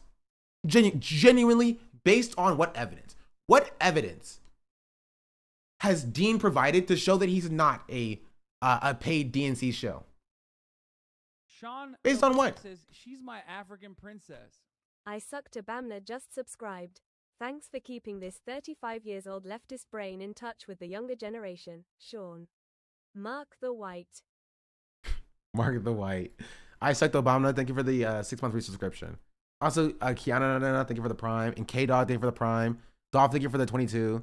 Spiff and Juggins, thank you for the gifted sub. The Bakery, thank you for the gifted sub. Spiff and Juggins, thank you for the 5 gifted subs. Z-Mela, thank you for the 12 months. Betel Geese Sunrise, thank you for the tier 1. Bookwish, thank you for the 20. The Great Snowman, thank you for the 10. Pindalorian, thank you for the Prime. Toro Vision, thank you for the 10 months as well. Jeez Louise. A lot of subs. Much appreciated.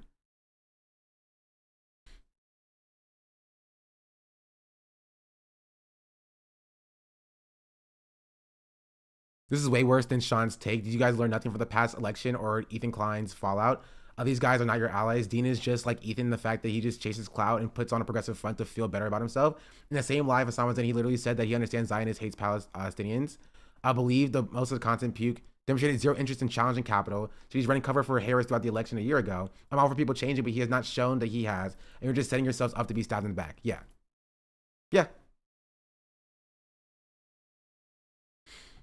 Do you think class also plays in some here? I don't see Appalachian factory workers who claim to not be racist anymore get the grace Dean is afforded. I mean, that's true.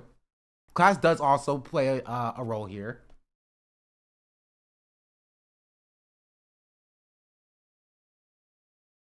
Boy, Dean is baby Ethan. I mean, it's based in the same thing, right? It's based in the same thing. You have people who have not properly demonstrated that they have changed, and you are projecting that they have changed, and you are bringing them into the space with the idea that they have changed, right? Without them actually doing the work. And on top of that, they are actually reinforced monetarily by using their changing. Like, oh, I used to be racist in the past and now I'm better now. Give me money. Right? Something may stick in there, right? They could have actually changed. You know what I mean? They could have actually changed. But something still sticks in there. Like they're gonna have a position that is a little bit racist. They haven't addressed yet. And then lo and behold, surprise, surprise, 5 years down the line, I think 5 years, like 2 years down the line, inward or something. First time here, but isn't Dean have a bigger base already than Hasan, at least on TikTok? I mean, sure, but like Hasan is still bigger overall. You feel me? Hasan's not platforming anyone when he isn't using his own platform. He did a random thing on the spur of the moment. I get how he gets people criticizing his every move. Yet these same people don't have the same smoke for people who are doing the bad things. All they want to do is cause tension already unorganized community. Like, what are you talking about? I defend Hasan constantly. Just FYI, this is partly because Hasan said he wants Dean to come on his own broadcast, so clearly he feels like he's platforming it. Exactly. Like, I defend Hasan constantly. What are we talking about here?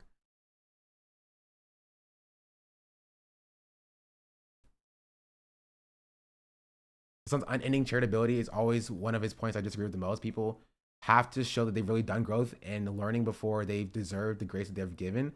At least that's how I feel.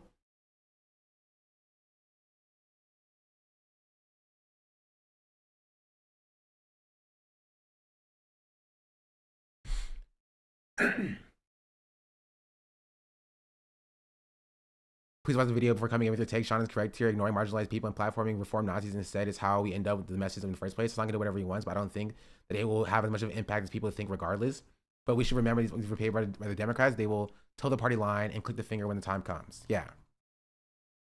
Like, it's crazy to me that people in the conversation are dogpiling on Sean because we need young men to grow. And no, it's not, yeah. It's not even just that we need young men to grow or let young men grow. And that's the problem.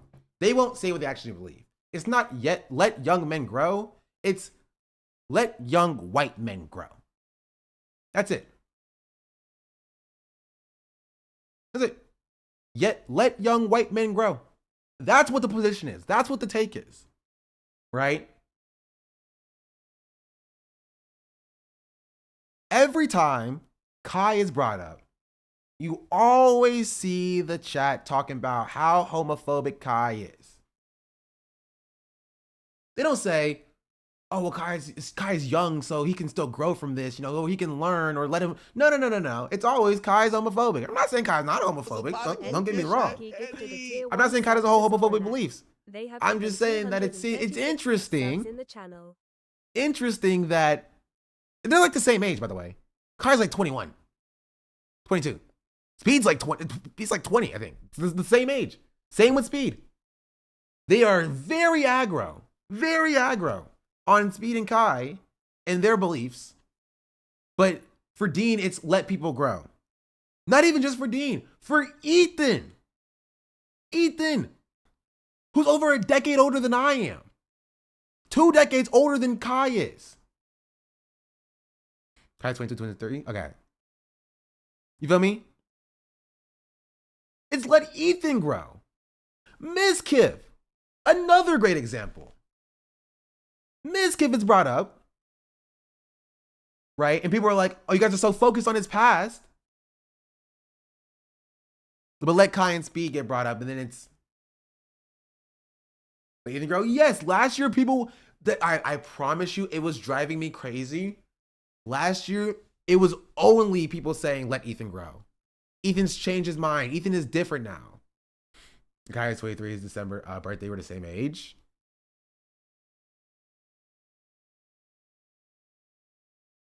Something to let people believe when they change. The same with Ethan, even when he's very clearly had Zionist tendencies after the podcast ended. Hasan is still willing to believe he's pro-Palestine. And I get that. I understand that, right? And that's one thing, right? That's one thing. Hasan having that take is one thing. The chat having that one take is another. You are not Hasan. Hasan being charitable is one thing because Hasan wants to speak to their audience. Why are you as the chat running defense for Ethan? Make it make sense. Make it make sense. You can't talk to Ethan's audience. You can't convert the foot soldiers. If Hasan has one thing and Hasan's doing one thing, that's fine. But why are you as the chat defending Ethan? Why are you? Because when I was watching the leftover conversation, I had people coming into my chat telling me that I was being too hard on Ethan and I need to let Ethan grow. People came into my chat, telling me that I had to let Ethan grow and change. I got ripped apart by Hasan for criticizing Ethan's ideas in 2023. And recently everyone has deleted their replies and the tweet attacking me.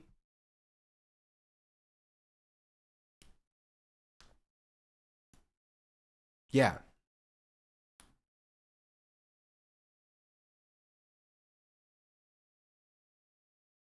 Like, I didn't feel right at all blasting round after round of Drewski. So his chat can laugh at us, but in doing serious talks with Dean. Most charitable thing I'll say for Ethan is I do believe he's mentally unwell, but he's still a hateful bigot. If they're running second level defense for Hasan, it's all online stand shit. I mean, it is.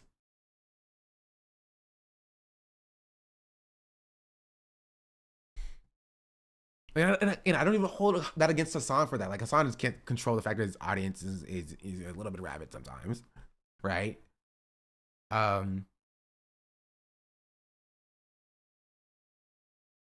I could have sworn, I was looking at my VODs, I could have sworn that I covered the Ethan thing before.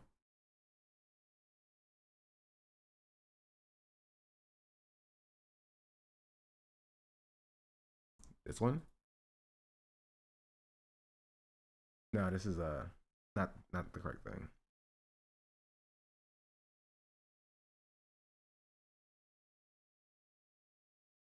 No, this is Asmongold.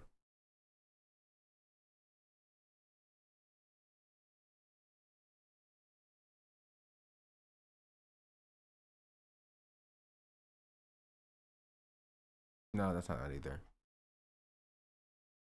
I know I watched it before on my VODs channel.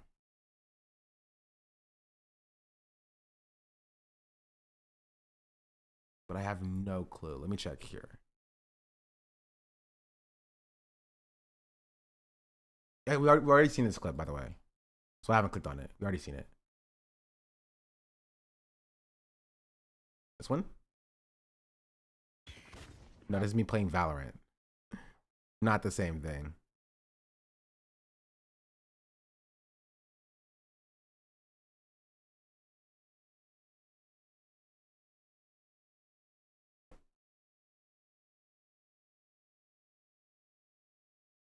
Ethan drama again, this one?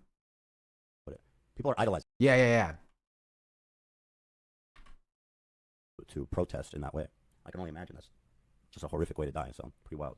That being said, I do not believe that it is good for people to be romanticizing or Mazar Bolt, thank you for the encouraging. I know it's not. I know people aren't doing that, but like the way people are romanticizing it is kind of fucked up, in my opinion. The man, he killed himself, and I don't think we should ever talk about that issue with any kind of reverence, because I'm trying to find the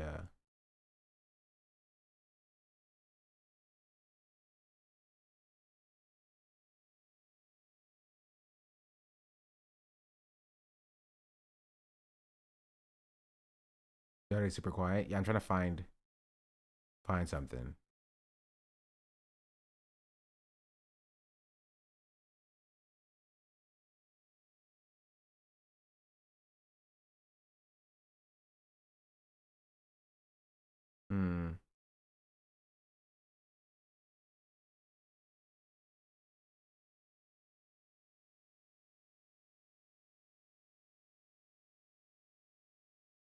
And then to stop the violence and shows a true witness for peace. Spoke like Israeli nationalist Zionist genocidal monster in 2021. The problem with this, again, this statement is fine. You know what I mean? It's fine.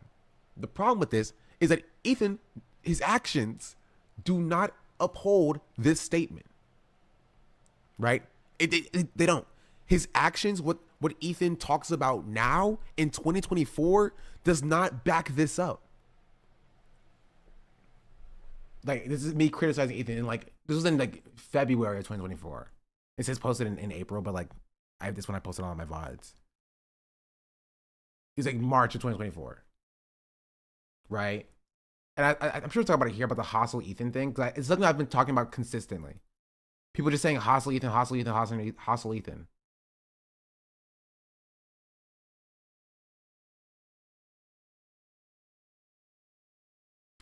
I talked about it before, I promise.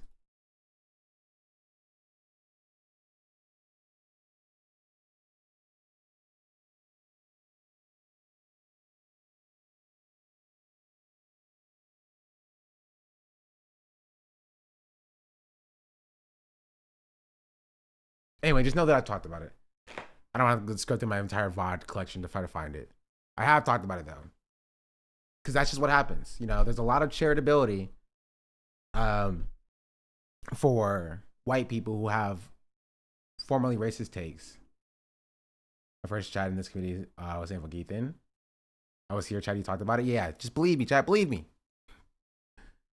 Be sure I get there for the gifted sub.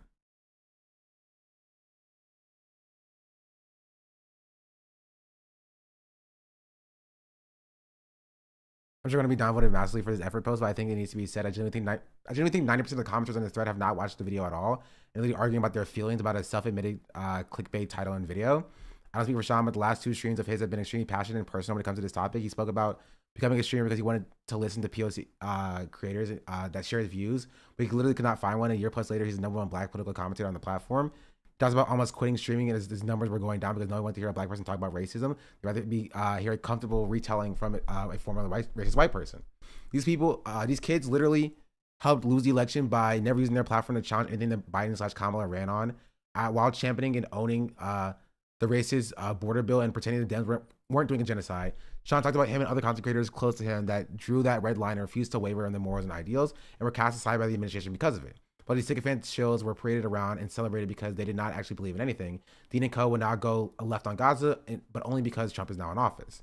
Title and thumbnail of the videos are not the main takeaways by a long shot. It's another way to get people to into the door and listen to the well-constructed argument about why we should not be prioritizing former racists and bigots who have shown they have no capacity to change unless to fulfill the three qualities: you're rewarding gross. I don't care about. This is what we always talk about as well. About he cleared him. And it's so funny, like here, wait. I literally brought this up for the past, like on the 16th, on the 23rd, 26th, 27th, and now the 28th. I've brought up this clip on stream, by the way. You call people racist when you yourself has said racist slurs. Y'all think it's okay to be racist as Chad was saying earlier. You call people racist when you yourself has said racist slurs. Y'all think it's okay to be racist as long as you apologize? You think I'm hypocritical because I went from being racist to non-racist because I fulfilled the three qualities of accountability, apology, and genuine change in my character, and yet you think I'm hypocritical because I call out other individuals that have not fulfilled those three qualities and have been unapologetically racist since the 70s, such as Donald J. Trump. That is not hypocrisy. That is fact, sir. You only want to call it hypocrisy to obfuscate away from the fact that this 20-year-old white boy on TikTok and YouTube can hold himself to a higher degree of accountability than the president of the United States of America. Like, and again, we are acting like he has changed from being racist, but like Donald Trump is not racist because he was saying the N-word as a kid, or you know what I mean? At 15 years old. Donald Trump is racist because he backs racist policies that Dean also backs. But yeah, so he's apologized for saying the N-word, but he has backed racist policies when Kamala Harris was doing them. So what are we talking about? Like, this entire conversation is under the assumption that like, Dean has actually changed his mind. And I have not argued about like whether or not Dean is actually racist or not, but if we're gonna get into it, he defends racist policies. But whatever.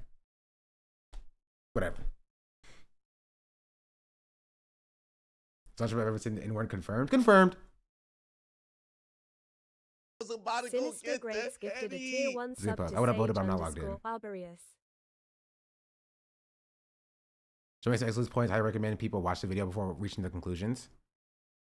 Now, I don't agree with this. Is the exact same as platforming Jimmy the Giant. That was one of my favorite discussions that Hasan do in recent times. But by coming off cool and well-informed, Hasan got to reach Dean's audience. He's a pipeline to the left, and by appealing to liberals with populist messaging, he can actually move them to the left slowly. Jimmy the Giant wasn't literally being paid by the Labor Party to show for Keir Starmer, was he? Whereas Dean's being paid by the Democratic Party to show pro-genocide takes for Joe and Kamala. Not trying to be a pipeline for liberals is problematic when trying to convert them at all. That's where I kind of fall. I know the more I still wanted the deeper in Sean video here. I only know Dean, maybe one other dude. I don't know any of the concept besides what Hasan reacts to. I have no idea if he's a good person or not. I know for best he was inoffensively tepid in that live. From what I've seen, he's pretty bog standard and slightly left of liberal debate pervert. Will he ever go to sleep as a copy of Capital by his bedside? I don't know, probably not. Might one of his audience do that after being introduced to the topic of his song? Probably. That it's a big catchment. I think it's worth it, or at least what they're trying for. I agree. If people are so opposed to what Dean has to say, why not just have someone further left challenge those ideas? Bro, freaking debate perverts, bro. Literally debate perverts. So you unironically moved me more left the last 2 years, and I've been watching Hasan the entire time I watch him. You and Tabernacle. Sub to Noam Chomsky. This is their first gift sub in the channel. EJ Ackroyd, thank you for the gifted sub. Also, Noam Chomsky, thank you for the 2 gifted subs. And Sinners, they're great. Thank you for the gifted sub as well. Also, yeah, but I mean, you're safe here, Sakuga. I've defended your honor many a time over the past 2 years. But yeah, like this idea that you could only convert people from liberals by like debating them is crazy. Like, yeah, Dean is a good audience, and his debate style is necessary, and he's a debate consecrator, and he needs to be converted so you can convert his audience. Like, can we not have a higher expectation for like the voices on the left? Maybe like my expectation is don't debate Nick Fuentes as a voice on the left. That's my expectation. That's my starting point. Like, I'm fine with like liberals learning and growing, not people who debate Nick Fuentes and legitimize their ideas.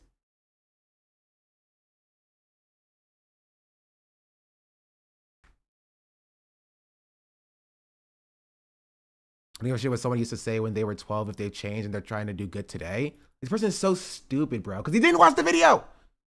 Watch the video. Watch the video. Gosh freaking darn it.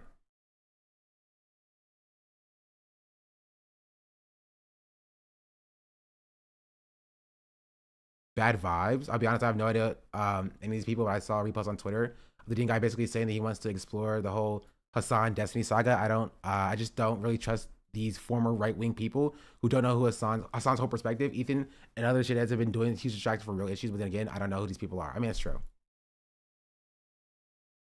That's why you got to constantly reassess your position and check your unconscious racism within yourself and those around you. Also acknowledging invisible privileges and the extent those go. I think a lot of white folks think, oh, I see black people now, I'm not racist, and think that they're done with their growth. Education and change never stops you from have to constantly guide it. So listen and learn from those affected by white supremacy. Yeah.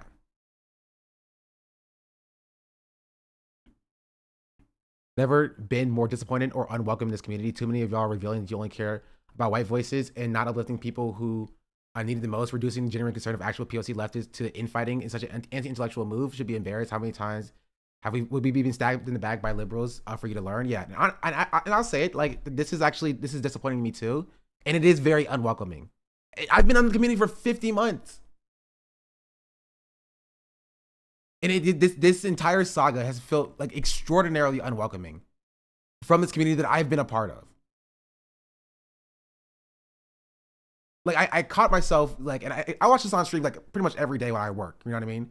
And I caught myself not even wanting to click on Hasan's stream because I felt like, you know, maybe my voice doesn't even matter there in the first place. You feel me?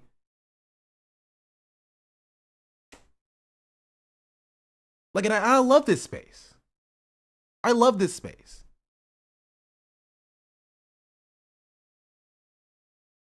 But like, when I can't even get the marginal benefit of somebody just clicking on and watching the first 20 minutes of my video to understand my take, before it gets reduced down to like leftist infighting. And I've been in a part of this community for 50 months. That's crazy.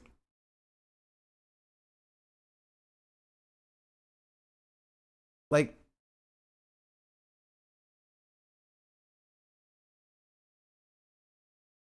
your argument that he should platform underrepresented groups is fine, but I think it comes off as my friend that's too woke here. Dean is obviously an up-and-coming young kid who gained popularity amongst a group of people who seemingly have a hard right-wing lean as a group, Gen Z white boys. Oh yeah, Gen Z white boys. Yeah, you know, fuck racial issues.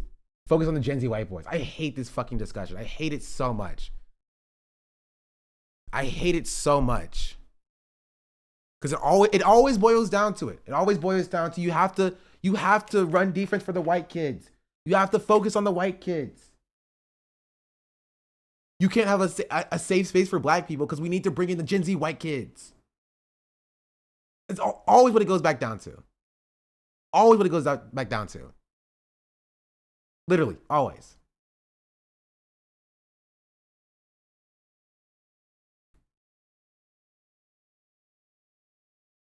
I try to tell people that woke of the day is a bad idea. Now that anytime a POC or queer person speaks out, it gets labeled woke of the day. Well, yeah. Hasan going on his show one time randomly and talk to him directly the way that he can improve and be more aggressive isn't the end all be all for platforming people. In fact, he's probably shown 10 times Shauna Black vids than Dean. This is also not true, by the way. I'll put it out. That's not true. Hasan has shouted me out a lot. Yes. Hasan has shown one of my videos. One. Who just kind of sounds jealous to me or making a big deal out of nothing. Man, fuck you. And if you think somebody being right-wing as a kid and changing isn't sincere, then you don't belong on the left, man, fuck you. Fuck this fucking community, bro. Fuck them. Fucking assholes. And they wonder why black people don't like this space, bro. And they wonder why black people don't like this space, bro. Fuck this community. Fuck this community, bro. Fuck!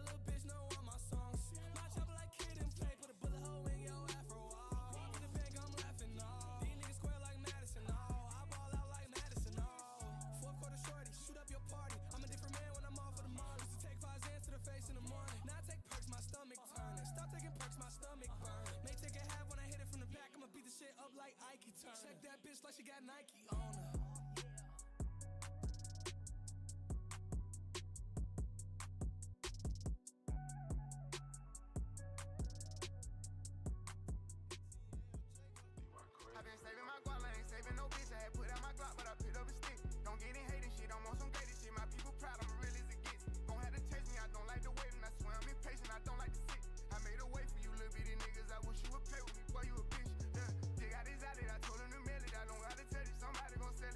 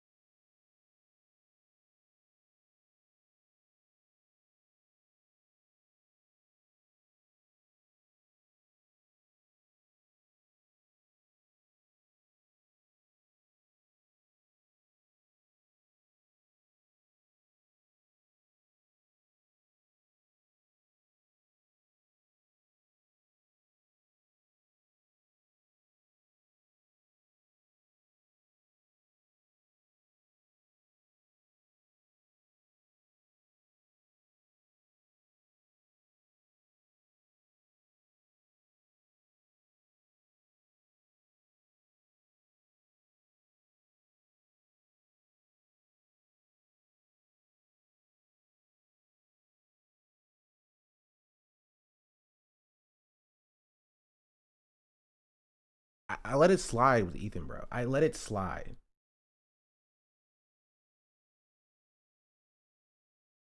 I let it slide for every time Ethan was on the screen when he very clearly has not demonstrated change.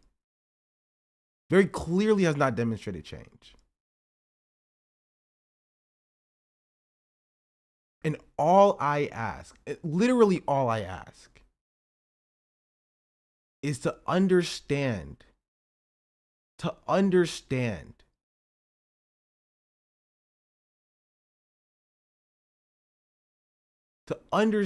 Sean, the black, the says, black "She's my perspective. African That's princess." it. That's it. Luna__Ray just subscribed. SDABLOVE.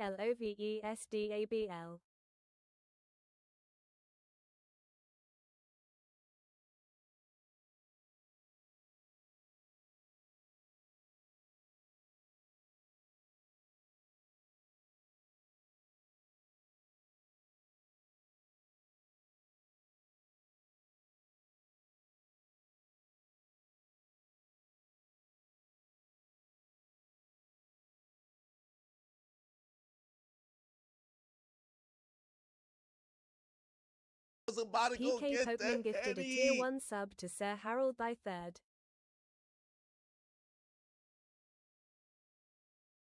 I've spent the last 3 years of my life dedicated to the cause.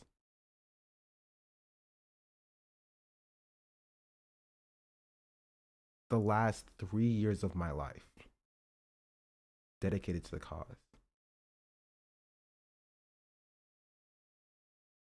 I don't go on freaking TikTok live and debate conservatives for hours. I spend my free time that I'm not streaming hours a day trying to find out how I could best utilize my skills to serve marginalized people.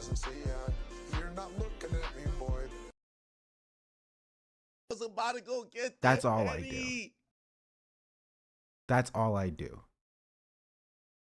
I sleep 4 hours a day because I spend 6 hours streaming, 6 hours working, and whatever free time I have left, reading and trying to enrich myself in any way that I possibly can.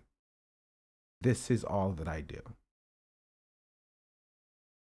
I've dedicated the last 3 years of my life to politics. Every waking moment to politics. Ever since that I learned past my own perspective, I couldn't do anything else.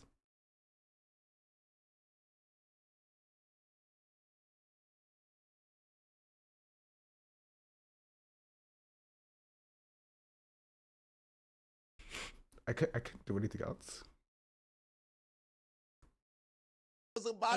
ATLEAST_ gifted a tier 1 sub to Amy Webbett.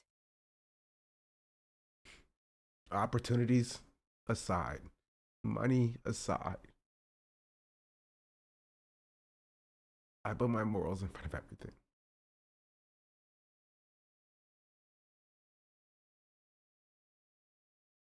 And just to have somebody who can just show up and be handed everything that I've tried so hard to work for.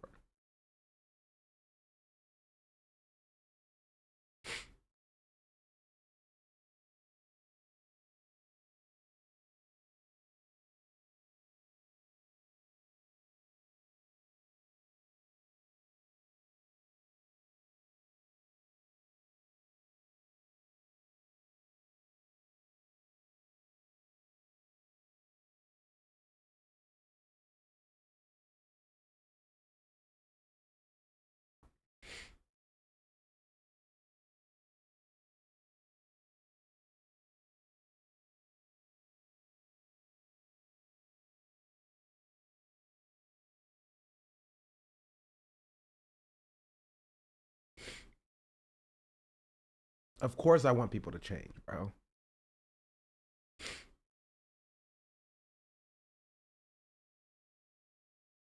Of course I want people to change.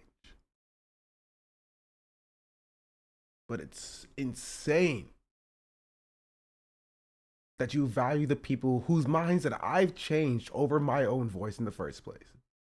In Gym 3, That's gifted crazy. tier 1 sub to _. That's critically. crazy.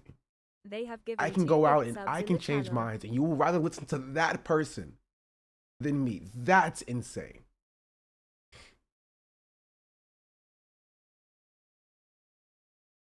And then we're surprised. We're surprised when this is how people view the left. That's surprising.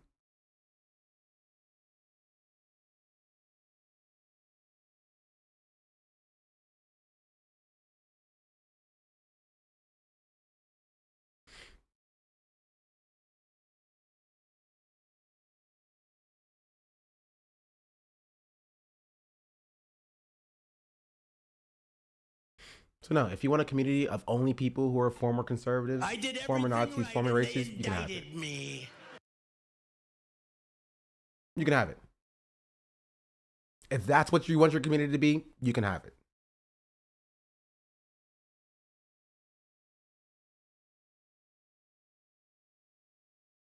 If that's the voice that you value, you can have it. Sean the Black says, she's my African princess.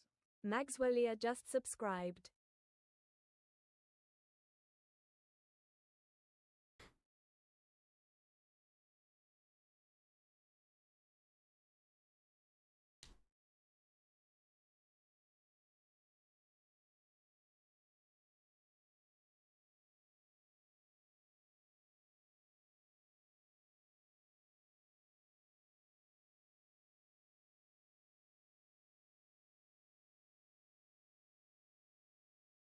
Was about to go get the Henny.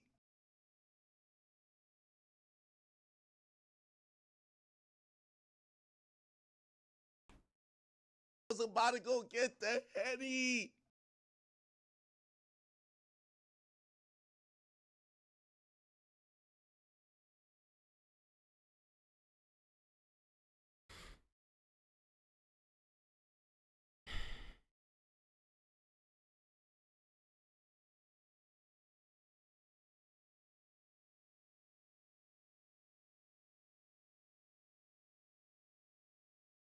I did everything right and they indicted me.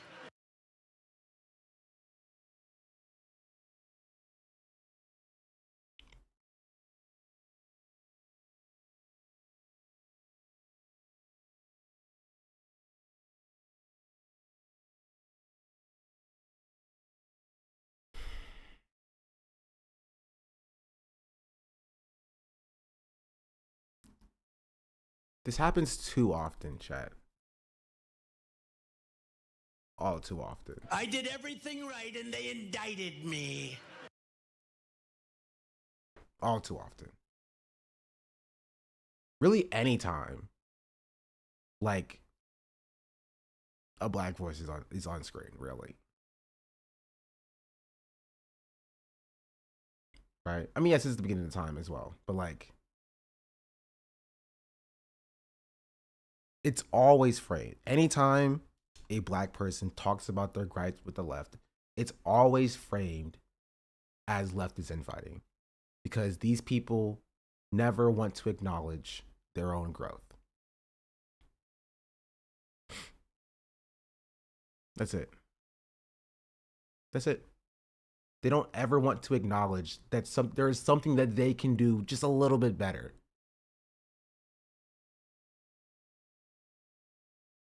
It's always reduced down to infighting. Always. Always.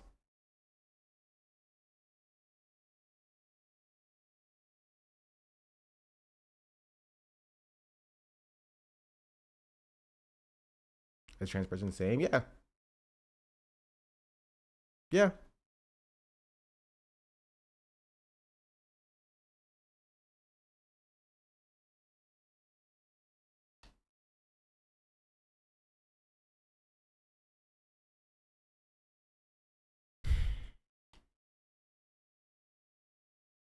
about to go get the Henny. Jeez Louise. Now I'm just gonna thank you for the gifted sub.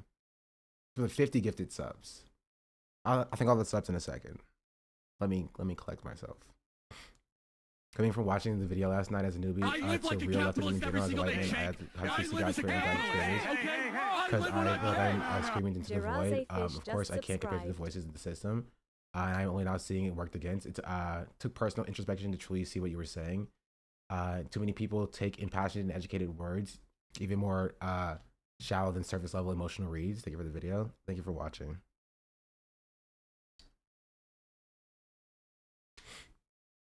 Inviting our call us rabless BS or and dismiss, yeah.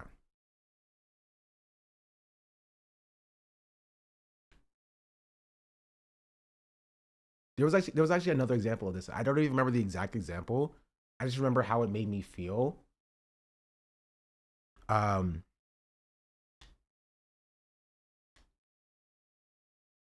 like there being like a decent like critique from a black perspective, and it being immediately being portrayed as like bad lib behavior or whatever. You know what I mean? Sub to Super GPR egg. I could probably go back and find it in like the history of the VODs, but like it happens. No, it wasn't with Ole.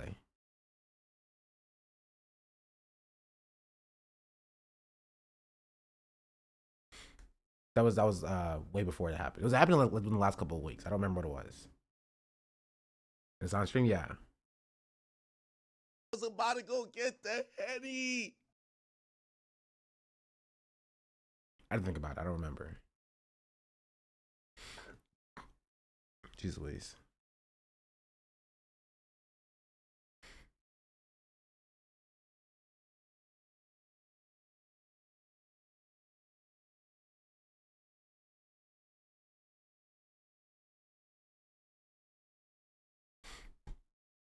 Is when it happens more in chat with women stuff too, not as directly with news stories, but with chat's behaviors, yeah.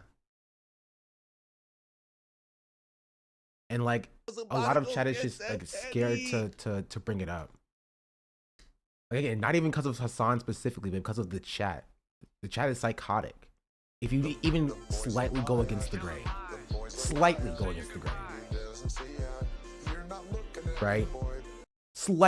the grain. And I talked about it happening before, right? Chat will be one way until Hasan says, no, chill, this person is in good faith. Chat immediately switches. Hustle, hustle, hustle.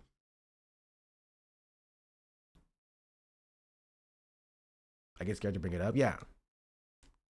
Literally. Hasan will be reading a message. Chat will be spammed, rad lib shit, L chatter or whatever. Right? Hans. Adding the chatter until Hasan's like, no chat, like, do you have a point? Immediately. Immediate switch. Every Twitch chatter like that. Yeah, it's a Twitch chat problem in general.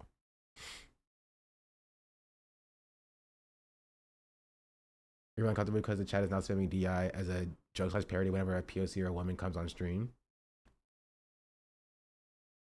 Chat can get really high-mindy or sycophantic. I really don't get it. I mean, it's Twitch culture.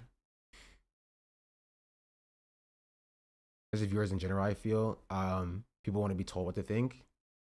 And the difference is in an inherently political space, you know, maybe it comes from somewhere deeper.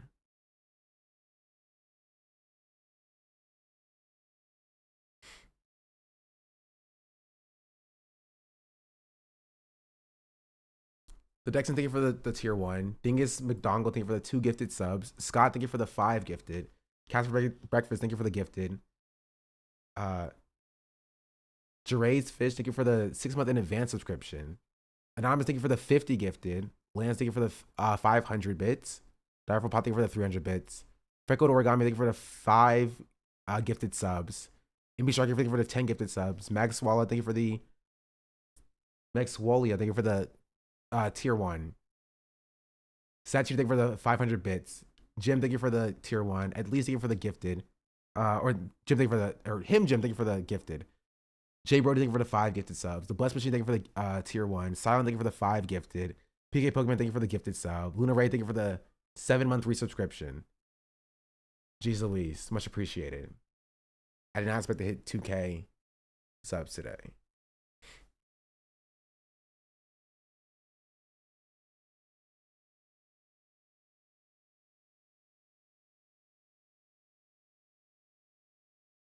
From my own observations, the people acting wild in Hasan's chat are usually newer. Like 2 years or less. Those 50-month subscribers are usually chill.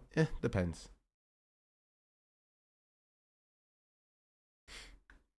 I think what FD mentioned when visiting would be great. Having a lot of smaller creators from different backgrounds, but also don't know about how much that backfires because of the hater audience attacking them instead. Yeah, that's something that we've talked about here and that Hasan has also talked about. Like, there's also a bias that people are more likely to chat and say something crazy versus people who disagree but are normal or just move on without chatting. Yeah. I would say imagine this community has only gotten more Libby in the past couple of months after Hasan's post-election media appearances, more people around who have a lot to learn.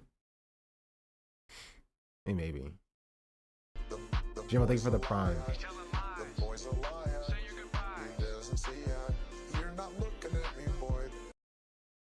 Like, I don't understand how we don't see like history. I don't understand how we don't see how, like, you know, virtually every single time when you like, I think, okay, I know the problem is, the issue is that I don't think these people know what growth means. These people, it's just a proxy of saying, I'm sorry, that's growth. And that's it. That's it. That's what growth is. Growth is like, I'm sorry, or whatever. And not saying slurs anymore. Growth requires introspection, acknowledgement that you're wrong. Narcissists and selfish freaks refuse to do that. Yeah. He's going from 5'8" to 5'9". We only interface with politics on the internet. Growth equals typing out the right words. Yeah. And again, it's never even extended to like black liberals. He grew by debating Nick Fuentes. Like all those people who are arguing for Dean have no idea who he is and he just dug on other leftists, the true infighting. Yeah, literally. Like they like half of these comments are like, I have no idea who Dean is, but like, why are we getting mad at somebody who's changed their mind? Like, what are we talking about here? What are we talking about? Those are incongruent statements. I don't know much about Dean, but I don't like Sean for doing leftist infighting.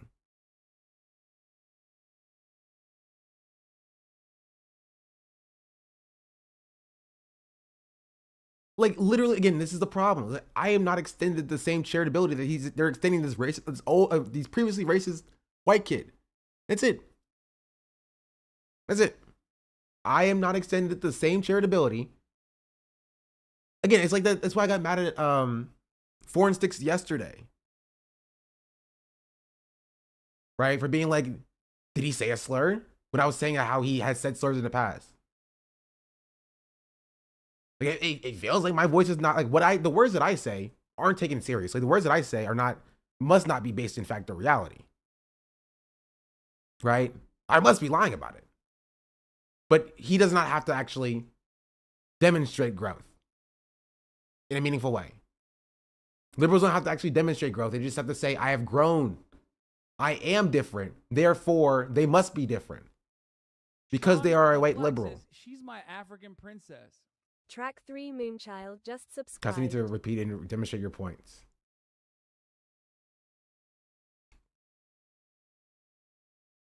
My opinion, if a conservative is still loud after changing, I don't think that they change at all. They are doing a different type of grifting. If you know you are wrong for years, why would you think you are right now? Just shut up and listen. Also, like equating these honest criticisms to infighting and pretending that it's a squabble over interpretations of Marx is insane. I mean, yeah. Also slightly separate, but leftist infighting is good in my opinion. It means we are not a hive mind, have actual ideas, and want it to vent. Having no infighting and disagreements would suck.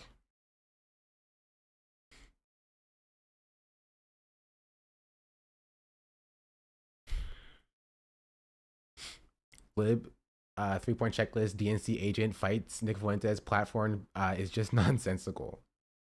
Yeah. Again, and I think people can change. I think people should change. I think people's minds should change.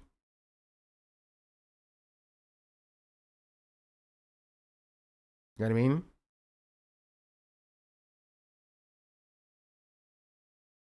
I think that's a good thing.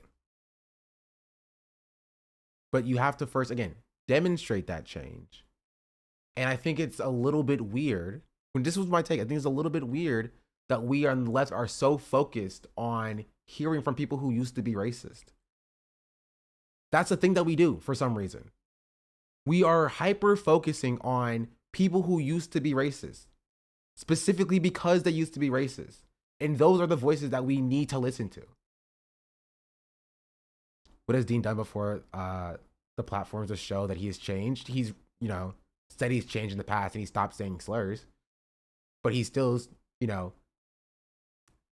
refused to speak about Palestinians until Trump got elected because it would make him look bad. And he defended Kamala's border wall, right? And he went on a media tour defending Kamala Harris. So maybe that's behavior of somebody who's changed. Yeah, he's followed the 3 sacred tenets of non-racism. He's changed because he had 3 words to describe it in debates. I mean, we look at how he's changed. You call people racist when you yourself has said racist slurs. Y'all think it's okay to be racist as long as you apologize? You think I'm hypocritical because I went from being racist to non-racist because I fulfilled the 3 qualities of accountability, apology, and genuine change in my character, and yet you think I'm hypocritical because I call out other individuals that have not fulfilled those 3 qualities and have been unapologetically racist since the 70s, such as Donald J. Trump. That is not hypocrisy. That is fact, sir. You only want to call it hypocrisy to obfuscate away from the fact that this 20-year-old white boy on TikTok and YouTube can hold himself to a higher degree of accountability than the president of the United States of America. And because of what he said here, we on the left now must hear from him. We must hear from him now. We must hear from him now. He used to be racist, no longer racist. He must be the voice to speak to the left. Right? He must know the secret sauce of, to stop people to stop being racist. He knows the magic words, right? Somebody told him the magic words to stop being racist, and now he must tell those magic words to other people. That's it. He's not no longer racist. He's non-racist.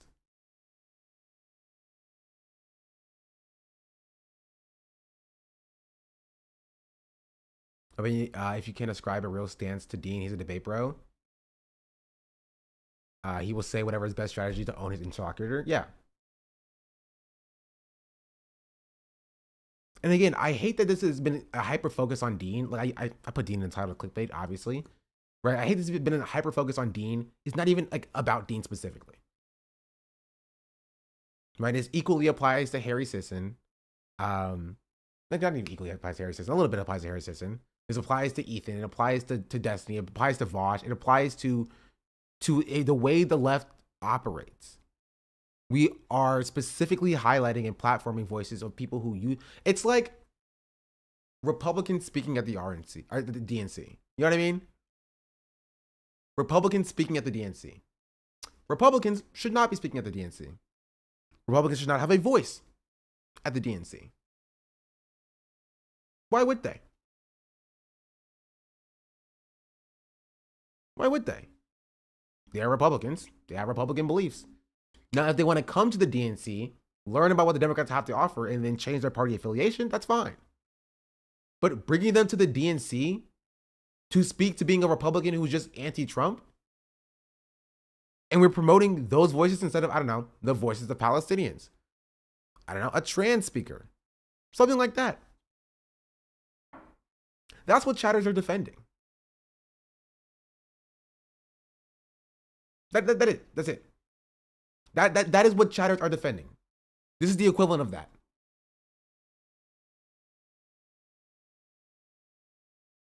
right? Why shouldn't Liz Cheney speak at the DNC? She's changed her mind.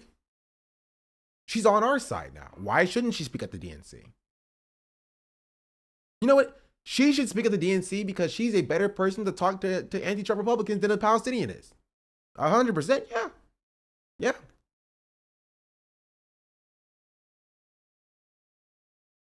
Yeah. Liz Cheney can better speak to Republicans than a Palestinian can. Therefore, we must give her a speaking side of the DNC over a Palestinian. She didn't speak at the DNC, but you know what I mean. You know what I mean?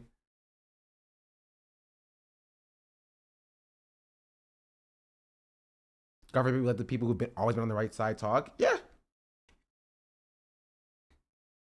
Yeah.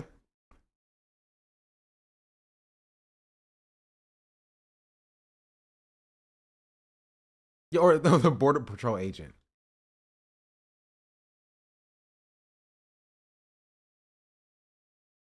That's probably literally what they thought. Hey, maybe. You know what? Yeah, no more Dem speaking, just ex-Republicans. Yeah, just ex-Republicans. Only ex-Republicans can now speak at the DNC. I'm sorry, if you've been a Dem for 35 years or whatever, and you're a Palestinian, you can't speak. Why would we let you speak? You can't speak to the people we're trying to court, which are the Republicans. It's not useful for you to speak. No. We only need ex-Republicans. Right? So you have the Republican convention, and then we have the ex-Republican convention. Those are the only two sides here. Those are the only two sides here. It's Republican and ex-Republican. That's it. That's it. We must give the microphone to the ex-Republicans only.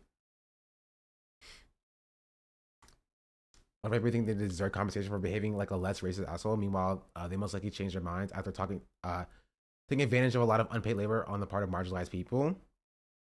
That's what I brought up yesterday. Like, how did Dean change his mind?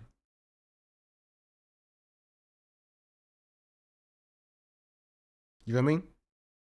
Like, did the first white person who decided to stop being racist, did they just stop being racist? You know what I mean? Did they woke up one day and was like, hey, racism is bad? Or maybe they were, convinced by a, marginalized person, a black person, racism no bueno, and then they stopped being racist.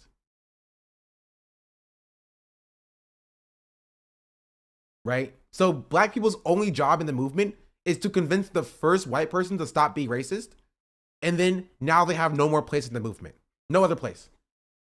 Now that one white person now must be the spokesperson for all of anti-racism. Because they used to be racist. They would know better than the black person who just convinced them to not be racist. You know what I mean?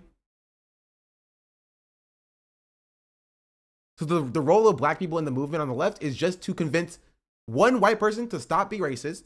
And then that white person now has now is the only voice that can be on the left for convincing people to stop being racist. Basically, you can go be Daryl Davis. There's no better way to humanize someone than let them speak. Oh, don't you know, Chatter, that no, he used to be racist. He must know how to speak to a racist person better.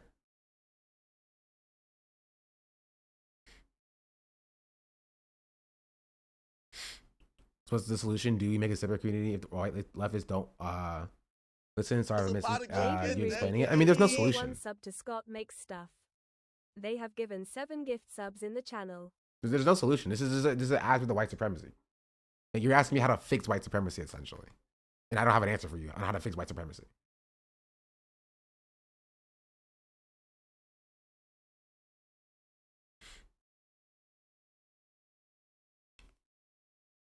Jay Rudy, thank you for the gifted sub. Also, Track Moonchild, thank you for the tier 1. And Jimbo, thank you for the prime. I don't know if you can say that, Chatter. In general, it seems like the Democrats are more focused on being the party that isn't racist instead of being against racism. I mean, yeah. Giving people the benefit of the doubt. Give them the benefit of the doubt. People just don't watch the video and assume that you were talking about ostracizing every person who was racist.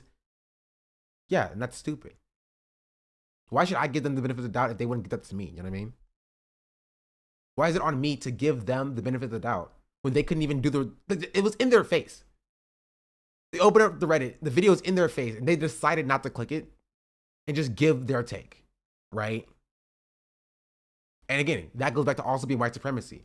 They just assumed that I had to have been incorrect about this, that I couldn't have even had a point about this.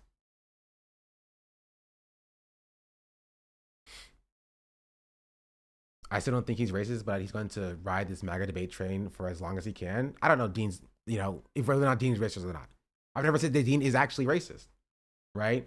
And I do agree with you. He's going to ride the MAGA debate train for as long as he can, right? I don't care if Dean is racist or not. You feel me? That was never my point, right? The boy's a liar. The boy's a liar. He doesn't see it. You're not looking. Finn Pino, thank you for the raid. Welcome in, Raiders. Hello, hello, hello. We're talking about Dean Withers. Tangentially about Dean. Mostly about, the left in general. Oh, Dean, I agree. I see where you're coming from. Completely. I'm just sitting down and listening. I had a question about it. Would somebody like Idols fall into this as well? Or since seemingly he's put more work into actively changing somebody like Dean and Harry, Idols is not a voice for the left, which is how it's different, right? Now, I can't speak for all black people on whether or not they accept Idols' apology or not. You feel me? I feel as though Idols' apology was genuine, at least. And I have not seen him demonstrate any of his same behaviors now, right? But he's also not like a voice for the left, which is how it's kind of different. And when we occupy public places with assault rifles and shotguns instead of arguing about clashing TikTok and their fans on Reddit. Well, to be fair, I wasn't alive back then, but I am aware of what you're talking about. And we feel like we gotta stop saying the left. Like some of us don't want socialism, and there are others who want a welfare state and have done nothing, none of the reading, I agree with you. I agree. I completely agree with you, actually. His apology was more than I did these three things. True. This is true. Also, Items doesn't run around being like, I've already apologized for my racist past. This is why I'm not racist anymore, right? This is something I talked about with Ethan. Ethan does it all the time. Ethan always turns around and says, I've already apologized for my past before. I've already apologized for my past before, right? And that's all he does, right? And Dean's doing the same thing here, saying, I've apologized for my past before, right? But if you are, if you were racist in the past, that's one of those things you gotta hold, right? I don't want to hear from you, I've already apologized for my past before. I want to hear from you, yeah, I'm sorry for that. And then you move on. It takes the same amount of time. It takes the same amount of time to say, I've already apologized for that before, right? To also say, yeah, I'm sorry for saying that thing. The same amount of time. And so if you're totally focused on how much you've apologized for before, I don't know how genuine that is. It requires setting your ego aside. Yeah. I feel like Idubbbz is one of the few. Yeah. Also, again, he's not a political creator. He's not like a voice for the left. He's not actively, speaking on behalf of black people for black issues. Dean is.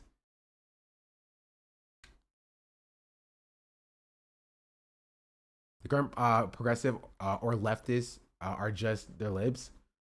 They've got to be real. They're just libs. The issue with the Democrats, they're all fascists now. They've hit Reagan levels of shit. Like, are you communists, socialists, communists, anarchists? Usually, those people have real educated opinions and thinkers and leaders that they've studied.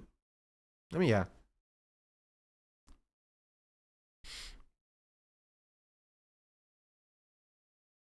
Yeah, and again, I hate that I've gone to this path of just only talking about Dean, because, again, did Dean grow and change? Who knows? I don't care. Right? This isn't about Dean. This isn't about, Hasan specifically. It's about what we on the left do and who we choose to promote, who we choose to focus on. I take a specific issue with this idea that Dean is more qualified to talk to racists to change their mind than I am, with no evidence that that's the case. Therefore, we must support Dean and people like Dean. formerly racist people are necessary to the movement because they have something that black people cannot possibly do, and that is explaining their own humanity to conservatives.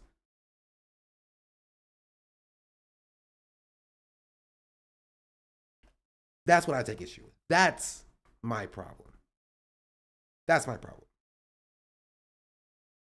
And that's what I say in the last 3 streams I've talked about this.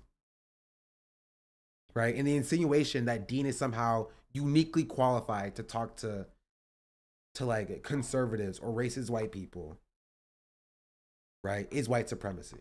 Because there has been historical evidence that black people have done it, you know, successfully. It's unironically how Americans view it. Yeah, and I think it's dumb. Only important insofar as they are proof that these people that to be helped, not in that they become prominent voices. Yeah. Sad part is that in reality, that's what a lot of what much of white libs or leftists believe. Yeah, and I think part of it comes from like they had their own racist past and they want to be useful to the movement. Right?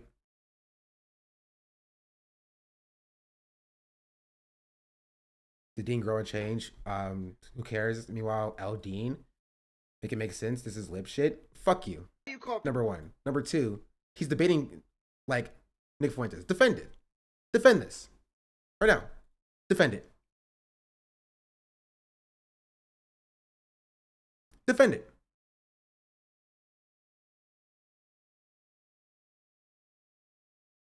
Defend it.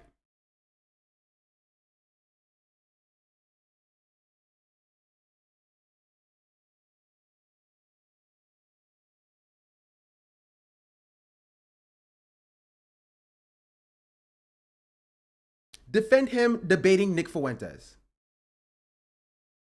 And then defending Kamala's border policy. And say this, I'm not justified for saying L. Dean. No, he sucks. My point is whether or not he is racist or not racist does not change my argument. You fucking loser. Defend this.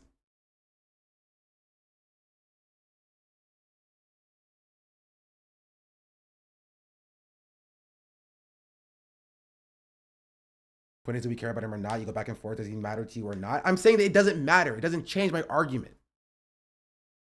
That's my point. It doesn't change my argument whether or not he's changed or not. My argument is very clear. Very clear. Whether or not he has changed or whether or not he hasn't changed doesn't matter. Formerly racist people should not be promoted as voices on the left over the marginalized people that were affected by that racism. That's it.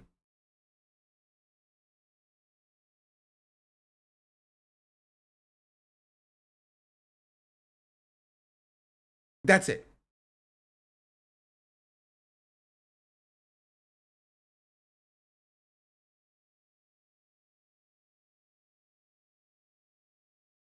Zaltigati, you just dislike him, understood? Defend this, chatter. Defend him debating Nick Fuentes. Do it. Do it. Do it. Defend it. Defend it. Defend him debating Nick Fuentes. Tell me how productive this is for the left. Tell me how much this is doing for the left. Tell me. Go ahead. Go ahead. Tell me. Tell me how necessary it is to debate Nick Fuentes on the left. Go ahead. Go ahead. Go ahead. Tell me how much good this does.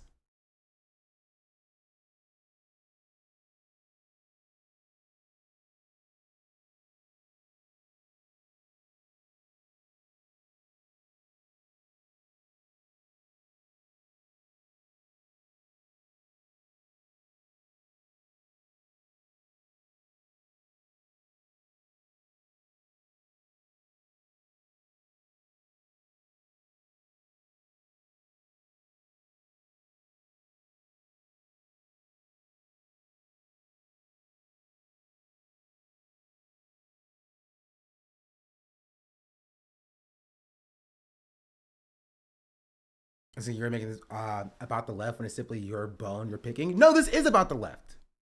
This is very clearly about the left. What are you talking about? This is how the left operates. We promote voices of people who were formerly racist in the past over the voices of marginalized people. I love that black people saying, hey, I wish you guys would listen to black people instead of people who used to be racist about racial issues, and that's salty. I love that. I love that. Fucking racist chatters. I love it. I love how black people saying, hey, I wish you would listen to the people actually affected by white supremacy rather than the people who perpetuated it, right? And then no longer perpetuate it as it's salty. That's saltiness.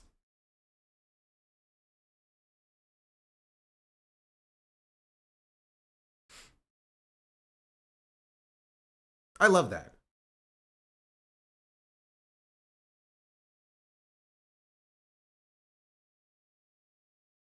Was it your bone to pick?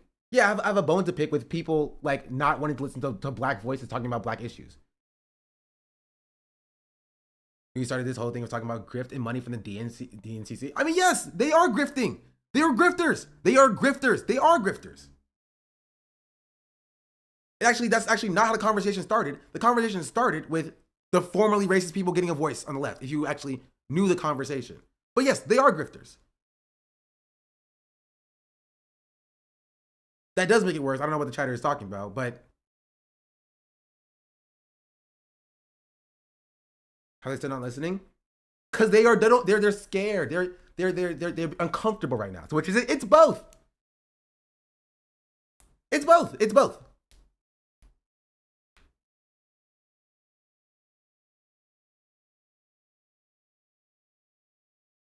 What do you mean? I can hold multiple things in my head, multiple beliefs in my head. Why does it have to be one or the other? Because chatter's stupid. That's why.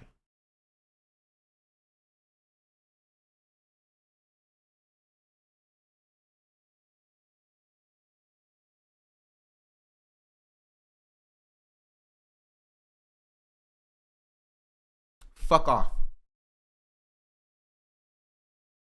That's it. That is all. So chatter, why the sense is why the biggest leftist community has so little POC. Why?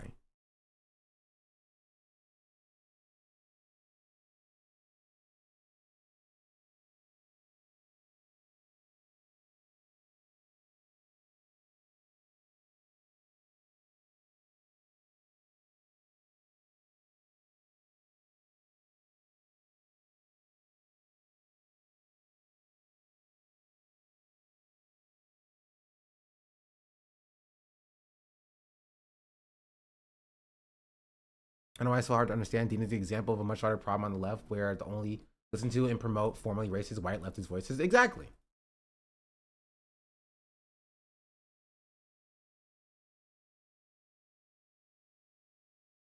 Understand this chart? I'm dumb.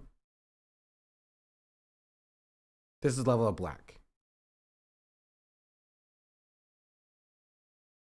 But like the percentage of white people from the census has grown to 58.3% from 43.87%. And like black percentage used to be pretty high. It used to be like 9% here, 9.7%, and 8.3 8%. But like proportionally, that's not great. I'm in the 7%. Welcome. The 2,400 people, black people per in chat per stream. I don't know the direct math. What happened to the mixed people? Maybe they picked a side.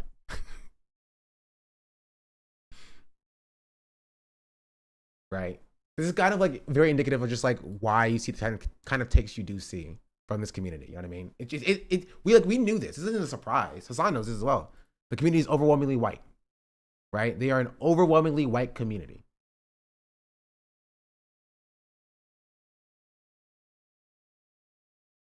It is. The community is overwhelmingly white.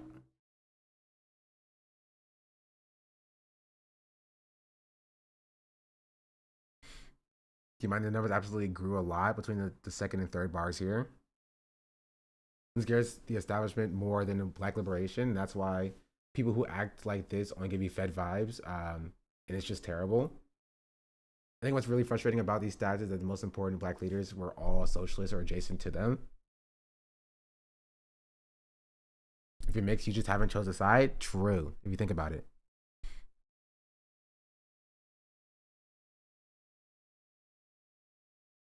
And when you run polls, black people are more favorable to socialism than other groups in the US.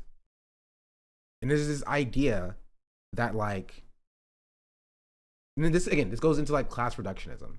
You feel me? And like, there's this idea that white conservatives are more approachable and brought into the movement than like black liberals are. You know what I mean? Where like, there could be an argument for, but like, and we can have that conversation. But now when we talk about like now, not only white conservatives, but white conservatives and white liberals are more worthwhile to bring into the movement than their black counterparts. Then it's just like, why is that? You know what I mean? That's an interesting thing to say. Because Dean gets this charitability, Ethan gets this charitability, right? But you know, even like perceived black liberals like FD Signifier, chat lights up calling FD a lib consistently when he's brought up.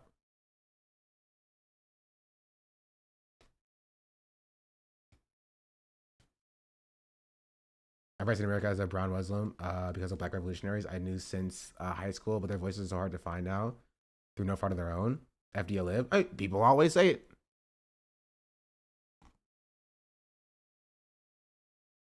Always. I'm 2 seconds away from considering lib anti-black. It's not even just like calling FD a lib, but whenever a black liberal is highlighted or mentioned, it's always talked to, like IDPO is always talked about, like, oh, why is identity politics always being brought in? Identity politics is cancerous. But then Dean is just a kid in the process of growing. Somebody who's almost there, right? It's the dichotomy of the liberal. White liberals are almost there. Black liberals are movement trashers and focusing on identity politics and wreckers, movement wreckers. You know what I mean?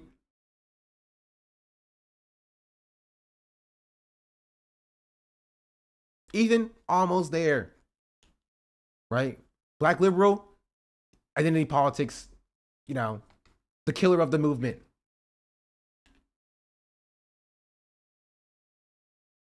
It's reverse DEI. Wasn't like in Jasmine Crockett or Maxine Waters. I'll put my brain a bit, like, I understand, but wow. I mean, I don't like Jasmine Crockett either, because I'm, you know, anti-liberal across the board. I'm consistent. I come from a very different background, so I may consider a blind spot, but do you think class reductionism can eventually solve issues like racism? I think improving material conditions for everyone makes society more malleable. No. You cannot fix racism by solving class issues. They go hand in hand. You also will not fix class issues by ignoring race issues, right? Like, the structure of whiteness was created as a way to continue to oppress on class lines. It was like whiteness as a structure is literally a concept that was devised to divide, right, the white working class from the rest of the working class. And you will not undo that system while letting the structure of whiteness stand as it is. It's impossible. It won't happen. Yeah, you cannot. Exactly. Thank you. You cannot. Can't do it. Right? Now, class issues are important. Right? They are important. And it should be a focus because that is how you address or you approach white kids or white, you know, liberals or white conservatives, right? I say for everybody that you're talking to, when if you're doing your leftism correctly and you're talking to people in your real life, right? You meet them at the points of marginalization that they face, right? If you're talking to a black liberal, you talk to them on the basis of their blackness. You get them to understand leftist issues or class issues from a perspective of their blackness. You're talking to a trans person, you get them to understand class oppression from a lens of transphobia, right?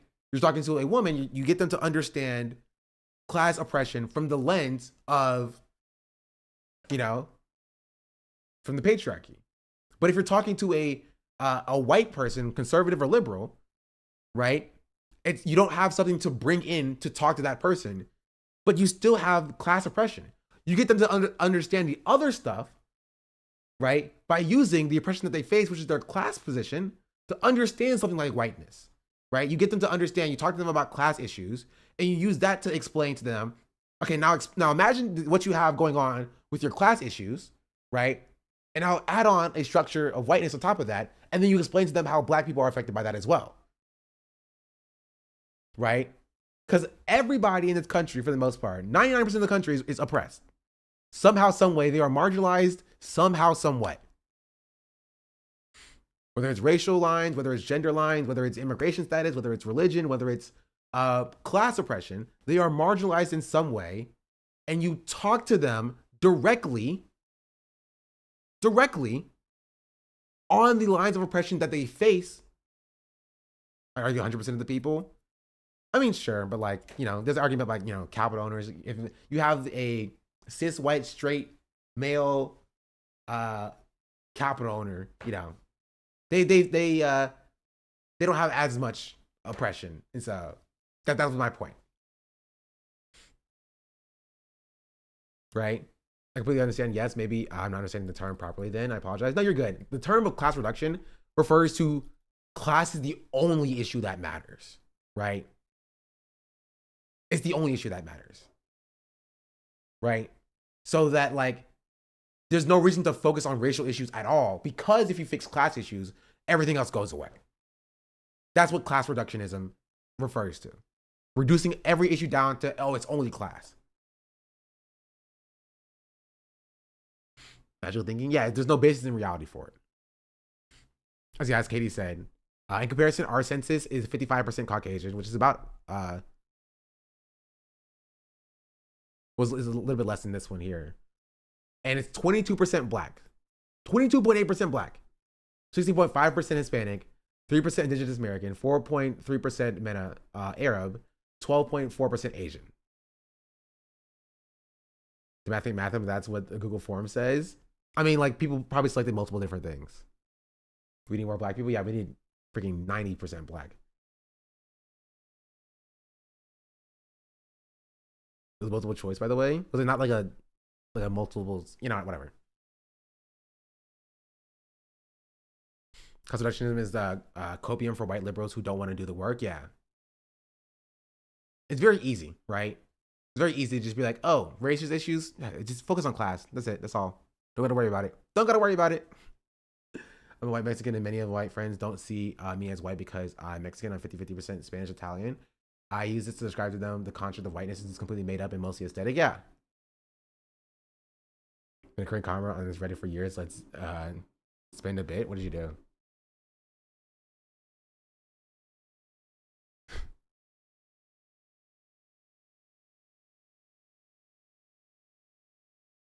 pretty good.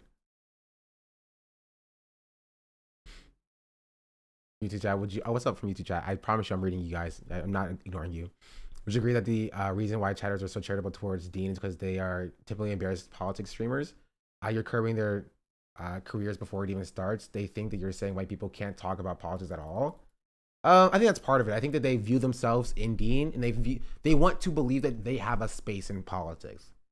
I think that's a big part of it, right? They view what I'm saying, and not by actually what I'm saying, but like, they view me attacking them as a formerly racist white person, and they're like, he's attacking me. He thinks that I don't have a place in politics, right? They need to believe that Dean needs to exist, because if he doesn't need to exist, then they don't have a place in politics. Not understanding that they can still have a place by talking about politics or whatever, right? But they won't be the first voice, and they want to be the first voice. They want to be the guy, right? They want to be the guy talking about politics. They want to be necessary.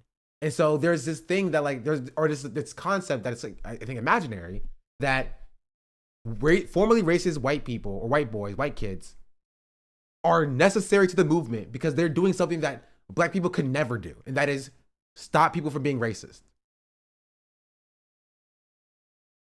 Right? And it's just not necessarily the case. It's not. Or that anti-white racism, which I shouldn't have in the first place in the Islam community, but it's there. Anti-white racism.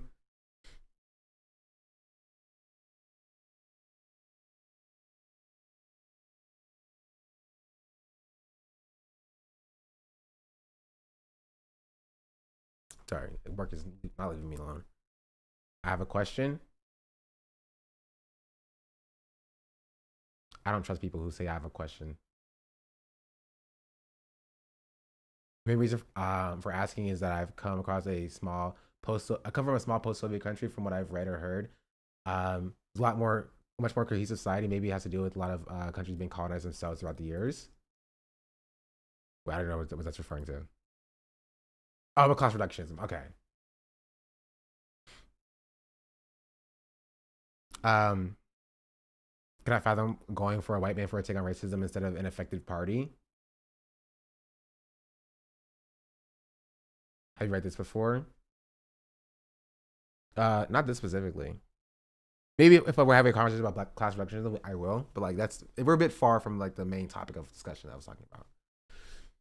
What's frustrating is that what has Dean done to deserve the platform that he has? What can he offer to other to people other than shilling for the Democratic Party? Has he done the bare minimum not being he's done the bare minimum not being racist, and now suddenly he's worth listening to, make it make sense? That is a great question.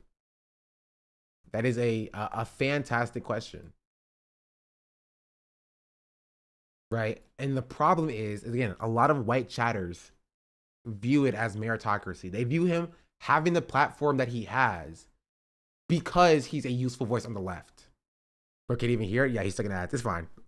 He can check the VOD. Right? They view you view him having a platform as him deserving the platform because he has the platform. Right? He doesn't have to actually demonstrate his credentials. He doesn't have to actually demonstrate that he's well read on anything. Right? He can just be white guy, formerly racist, and then talk fast and then profit.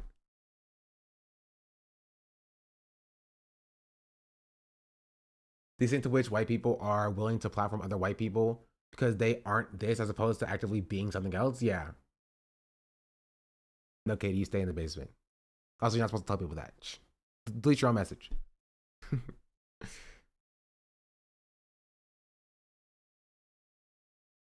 People aren't trying to platform people that are good for the left. They platform who makes them feel good. True, exactly. But then the question is now, why are leftists trying to platform this person? You know what I mean? Why are we trying to throw support behind this person? Because they are just not racist.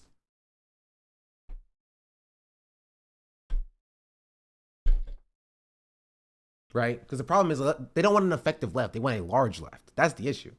Right? A lot of these people don't want an effective left. They want a large left. They want a wide tent instead of something that is effective. They want Democrats in our space because it makes our space look large as opposed to being effective. Right? And having power. Is bringing Dean in, bringing more power, or is it just making us appear as though we have more power? Right? Because cool, you bring Dean in, Dean is now on the left. He's still not speaking truth to power. He still is being paid by the Democrats to shill for the Democrats. What are we doing here?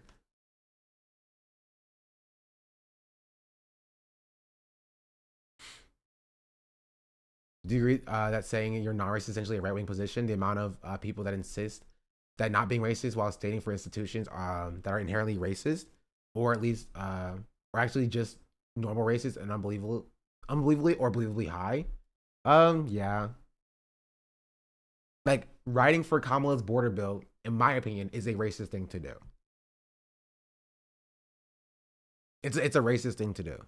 If you're defending Kamala's draconian border policies because they're not Trump, that is racist.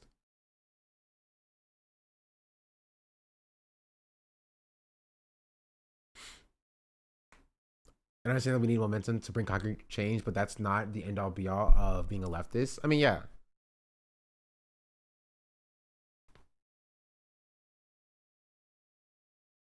That's provable because the Dems rightly were calling Republicans racist in 2016. Now they want the wall. Exactly.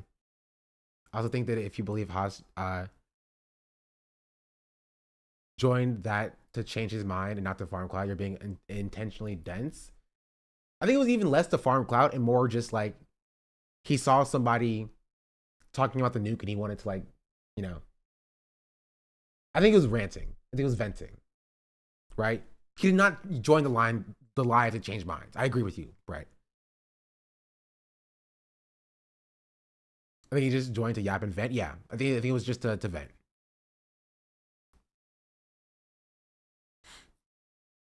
It wasn't like a productive conversation, try to change people's minds or whatever. It's like, it's more venting, if anything. Right? Because if Hasan wanted to, even less than correcting the record specifically, if Hasan wanted to actually like correct the record, his platform is big enough for him to do that as well. Right? He didn't need to correct the record to this group of liberal TikTokers. That's not like the most meaningful thing ever. Right? And so I think it was more just, you know, emotional venting. Rightfully so. Like, he's allowed to be emotional about what Ethan Klein is doing because it's crazy. Right? But I think it was more that and less like, you know, trying to do like audience conversion or whatever. As a black British leftist, I'm going to say that class system is so much worse here. Like, all the British left talked about is rural white working class. They never really talk about inner city immigrants as part of the working class. Yeah, I mean, that makes sense.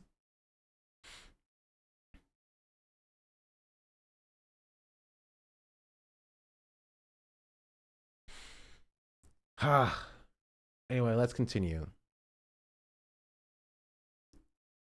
Leftists try not to infight or do purity testing to exclude people who are doing good activism. What good activism? What good activism? What are we talking about that Brett is doing good activism? Just saying that Charlie Kirk debate or to talking to Asman about Palestinian inferior culture, to shaking Kirk's hand at the DNC last year is a typical path of least resistance toward viewership motivating it. Not really what's best for the left. I get that. How's he doing good activism? That's what my question is. And I know Dean isn't leftist, but like, I don't care. Dude is generally good at breaking down MAGA talking points, and folks I know who've never been into politics are becoming more engaged because of guys like Dean. I don't believe that. I don't believe it. I don't believe it. I'm sorry.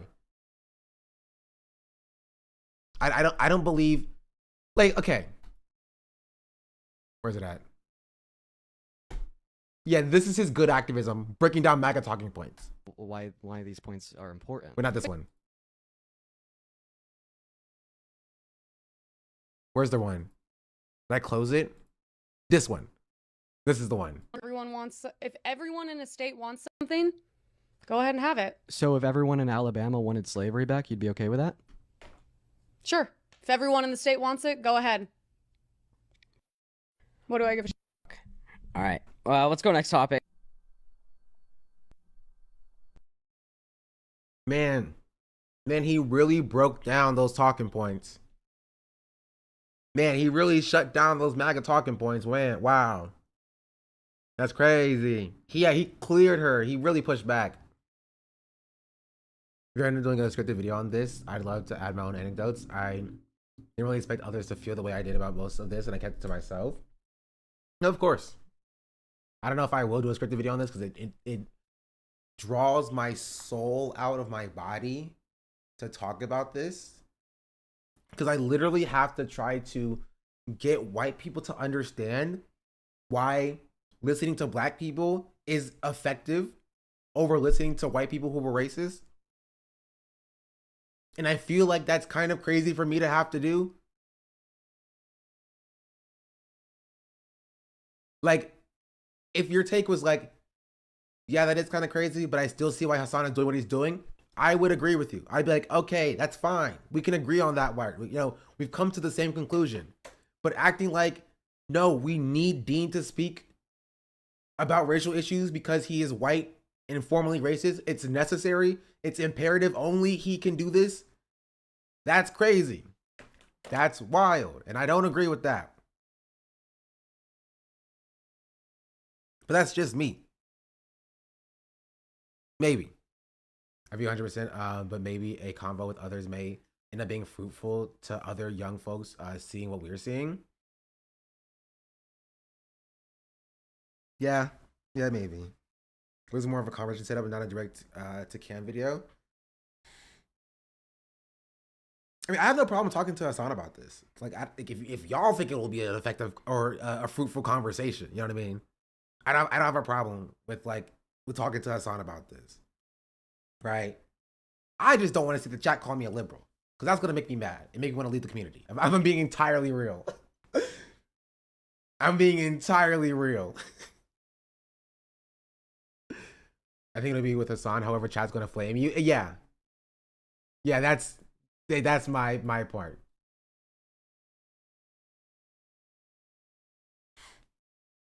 And before Sean's why I left the left. You're a liberal, said the liberal. Yeah, it's gonna be kind of weird. They're gonna call me a liberal for saying that we, should be like a little bit more careful about what liberals we platform. Oh, Paul left eating itself liberal. Like, this person's not even a liberal at all. If you think people can't change, that's what this chatter said. That's what this person literally said. And if you think someone being right wing as a kid and changing isn't sincere, you don't belong on the left. Like,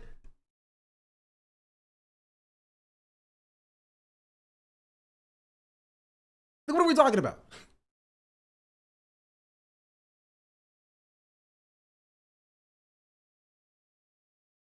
What are we talking about? Exactly why I'm saying it's anti-black? Yeah. How did he get that? I don't know. I literally never said that somebody who is right-wing can't change. At no point in any of the discussions that I've had have I ever said that somebody who is right-wing cannot change.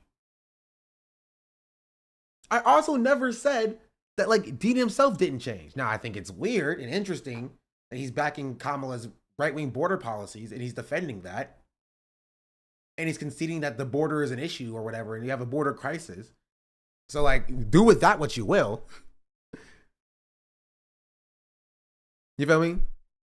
Have you considered that Redditors would rather argue with their own fantasies than ever click a link? That's fair. That is fair. I didn't think about that.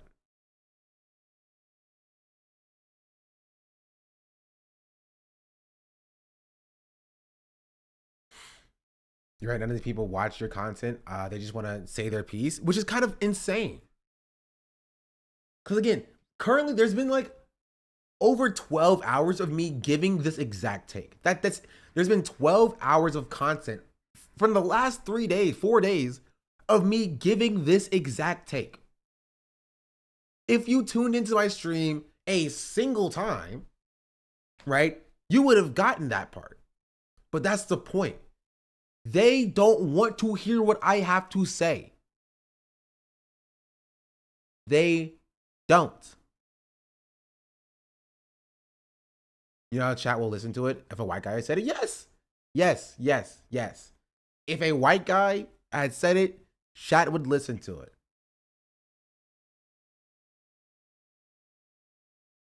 Chat would listen to it.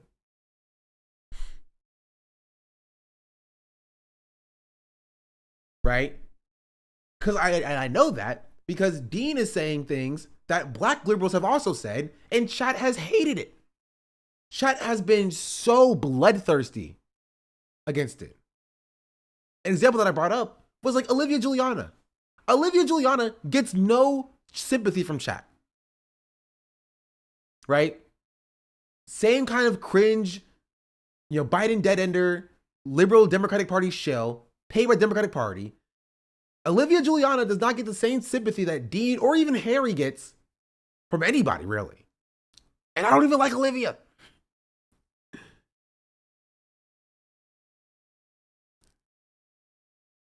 You know what I mean? So one has to ask, why is that? Or Joy Reid. Joy Reid is another example. or Abby Phillips. For all three of them, I agree with you, chatter. Don't get me wrong, I agree with you. I'm just pointing out that there is a double standard there. Dwanth just subscribed. Or Victoria Hammond? No, okay. If anybody called Victoria Hammond a liberal, they're wrong and incorrect. Objectively so. Objectively so. I'll pass Olivia, but yeah, Joy and Abby. I mean, it's the same concept, right? I don't think either of them should get any leeway. I don't think Olivia or Harry or Dean should get any leeway. I treat them exactly the same. My problem is that there is a double standard on how Olivia is treated versus how Dean is treated. An interesting, somewhat similar convo with this going on with Cat Black, Madeline Pendleton convo on TikTok. Not exactly the same, but Cat is arguing Madeline is telling people not to vote for Kamala is harmful, but Cat's follow-up on who people listen to is super valid. Agreed, Victoria, her goalposts do not move.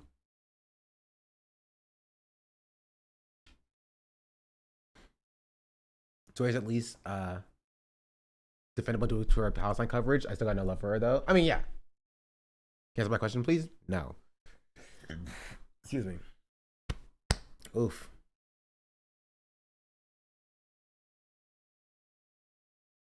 Also, there's a literal fascist government in control now. I think we could be spending more time combating that rather than losing our mind over a 20-year-old. Like, this is so stupid because this person doesn't care about the fascist government. The same way that Dean doesn't care about the fascist government. The same way that Harry doesn't care about the fascist government. They don't care. They let Kamala Harris lose the election. They were cheering on Republicans for just saying Kamala Harris is better than Trump.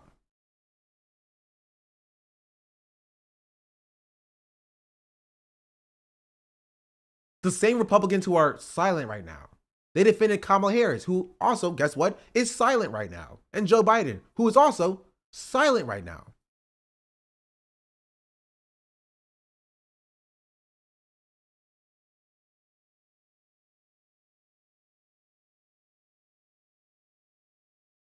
Anyone feel the DNC mouthpieces literally help them lose the election?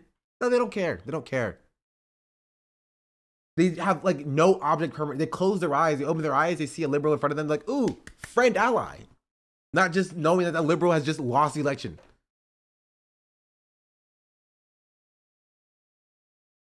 People pick and choose what they want to care about. Acting like a 20-year-old isn't feeding into the part of the ineptitude that led to the racist government climate. Yeah.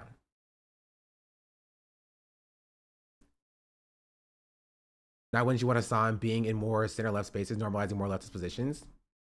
Did you watch it? It's fine to go to the TikToks on a one-off, but having him on the stream and validating him to the audience or us as a community liking, supporting him when he's a DNC shill paid to throw people on the bus like a Palestine's, plus he's a debate pervert.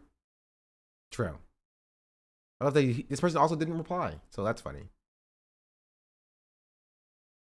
Because we need more infighting while the far right is united under 2 billionaire fascists. Keep it up. Yeah, you're right. We need to support people who supported the genociders, you know? Because Trump bad. It is what the left needs, more future Ethans and Epsteins. Y'all will never learn. Never. The evidence presented doesn't indicate that he's changed all that much. Saying that you're non-racist and apologizing for your racist past is not evidence for being not being racist. Just like saying you don't hate Palestinians, it doesn't mean you're not a Zionist/genocidal. Yeah. Yeah, friend-shaped, so friend. If liberal no friend, why liberal friend-shaped?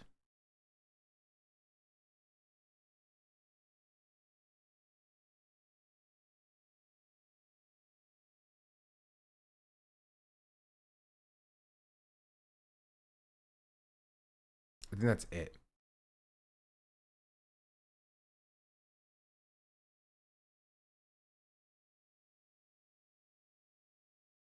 It's been made clear many times that he's like people who genuinely change and improve their views and encourages others to do their own introspection to help dispel the fears that they be rejected as canceled by the group. They are considering joining. Hasan is one of the people who's changed their views after learning about trans people. I disagree with John here. Trying to practice what he preaches. Again, didn't watch the video. Didn't watch the video. That's it. Like, how do you explain to these people that like? That's it. 7 minutes into the video as Is video going to progress past? I hate them so much. I hate them so much. I hate them so much. They should lose their jobs, which they should. Just not trying to waste over an hour if that's all he has to say so far. Like, I fuck these people. Just genuinely, fuck these people. If this is the community, I don't want to be a part of it. That's it. That's my take, and I'm consistent on it. If this is the community, I don't want to be a part of it. Why are you commenting if you didn't watch? Because they don't care. They don't care. I mean, this is Reddit. I mean, yeah, but like, fucking, it sucks.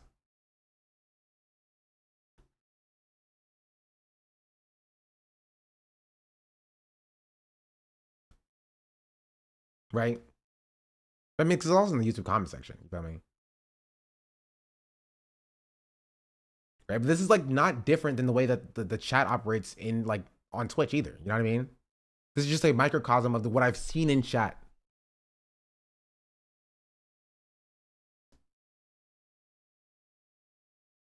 That wasn't like the Reddit community. That says it all. They're signaling to this community that this space only welcoming to white people. That Hasan's endless grace is only fostering a liberal community, not leftist. The funnel has a blockage, like a blockage, yeah. Zero right on this. He's having racist past and resume builder on the left. Thank you. I love the way you explained that. Why is being racist on the past a resume builder? You know what I mean? Why is that one of the core skills we're looking for as somebody who's a spokesperson for the left, having a racist past? Not doing the required reading, right? Not having the correct positions, but just by proxy of having a racist past.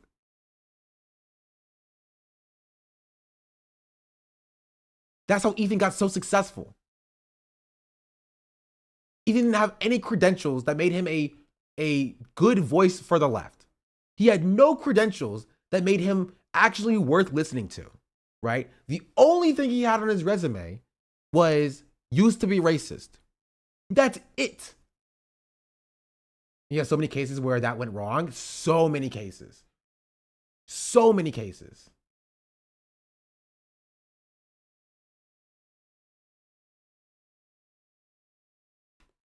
This is the main argument people are hung up on, you memeing about hating them. No, I don't like them. I'm not memeing. I do not like these people. They are willing to throw Palestinians under the bus, right, to get access to the White House. That's it.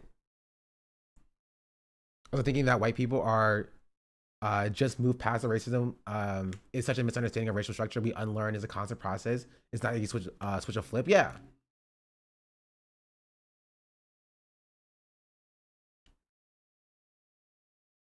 It's a constant process. And being like, I've done what I need to do to not be racist anymore, but Donald Trump is still racist. It's gross to me. It's gross. I don't like it. I don't like it. I don't like this. I don't like it. You call people racist when you yourself has said racist slurs. Y'all think it's okay to be racist as long as you apologize? You think I'm hypocritical because I went from being racist to non-racist because I fulfilled the three qualities of accountability, apology, and genuine change in my character, and yet you think I'm hypocritical because I call out other individuals that have not fulfilled those three qualities and have been unapologetically racist since the 70s, such as Donald J. Trump. That is not hypocrisy. That is fact, sir. You only want to call it hypocrisy to obfuscate away from the fact that this 20-year-old white boy on TikTok and YouTube can hold himself to a higher degree of accountability than the president of the United States of America. Like, I hate how smug he is about not being racist anymore. Like, that should be embarrassing. Like, legitimately, that should be embarrassing. Right? Not smug. It should be, yeah, I had a pass, and I am embarrassed by that pass, and I apologize for that pass, right? Like I tried to atone and grow from it, right? Not being like, well, I'm not racist anymore, but Donald Trump, he was worse than I was, if you think about it, and you support Trump, so. Also important that he said not racist, and he didn't say anti-racist because that required him being to be abolitionist and fighting against the police. True. They do the three qualities that come straight out of the How Not to Be Racist White Guy book. Yeah. was on a video. I dropped the N-bomb big one hard R. I did show my interlocutors that language does not impress me. Was he racist on the platform or just privately had bad takes or in reform? Don't know who this guy is. I also don't know. Right? It's hard to tell.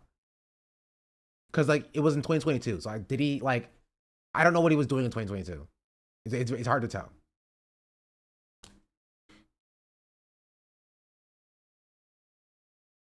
Or is he saying a 20-year-old white boy, if that's some type of hindrance or bad connotation of anything that would have helped to elevate in the space he is now?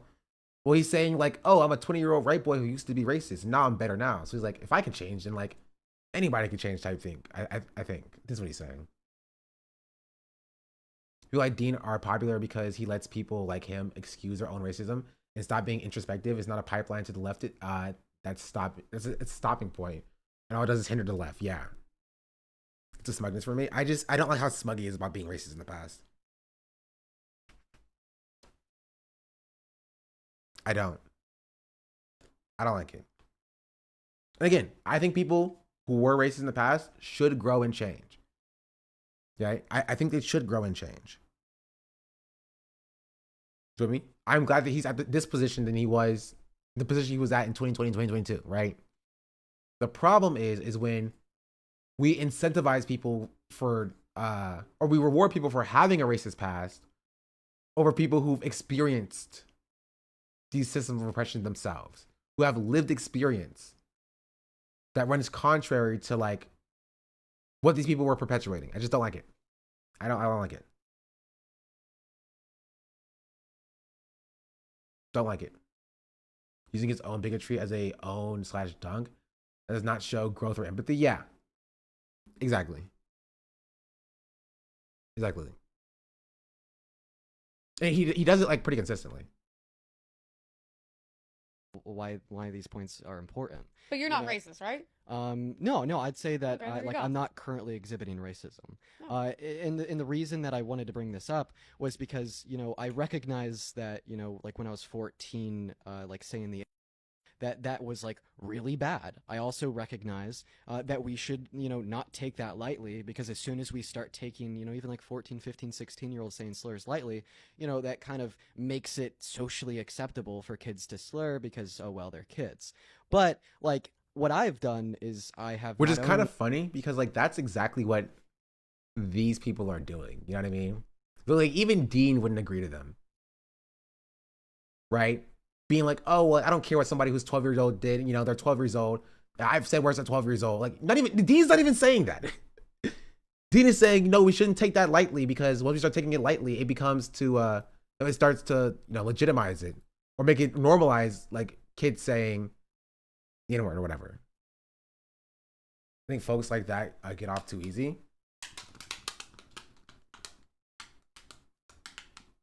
I'm not currently exhibiting racism. Okay, thanks. It makes that crystal clear. But then he's patting himself on the back and seemingly to make I'm a reformed racist as a center of his identity. I mean, it makes sense. Right? I don't hold that against him because that's what the left is looking for, right? Like if the left is saying they're hiring for a job for a software engineer, it makes sense if somebody puts software engineer in their on their resume, right? Or knows the code in their skills. You feel me? We're looking for that. That's what we're looking for. We as the left are looking for people like Dean. We are the resume checkers, where we're looking for formerly racist on the resume so we can give them the job. Right? So it makes sense that he makes this a focal point of his identity. You feel me? Because that's what the left is rewarding. Only like had character progression, I've changed as a person and apologized for those things, but then I actively advocate against them. And I'd say that's the big difference. Like advocate against saying slurs? Like, because I haven't seen him advocate for black people. You know what I mean? What if he, I would like to see his advocacy for black people. You know what I mean? Where's his advocacy for gay people? All I've seen is him defending Kamala Harris. And that's it. So even his three qualities, accountability, apology, and genuine change in his character, I'm only seeing 2 or 3 at most. Where's the Where's the accountability? Where, like, turning around and being like, I now advocate against the things that I used to believe. Saying slurs? Saying slurs? Really?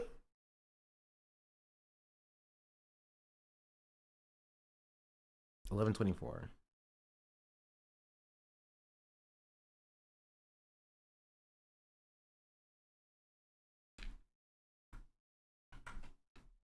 Like when I was 14, like saying the N-word, that was like really bad. I also recognize that we should, not take that lightly, because as soon as we start taking, even like 14, 15, 16-year-olds saying slurs lightly, that kind of makes it socially acceptable for kids to slur because, oh, well, they're kids. But like, what I've done is I have not only like had character progression, I've changed as a person and apologized for those things, but then I actively advocate against them. And I'd say that's the big difference between like someone like me that has done bad things, like been racist and said slurs in their past, and Donald Trump with these related issues from 1992 and the early 2000s, is he hasn't. And then like the weaponized like use of past racist behavior in order to like be like, man, Donald Trump sucks, iffy.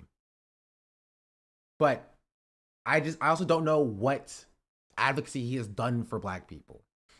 I was just like, when I was 21.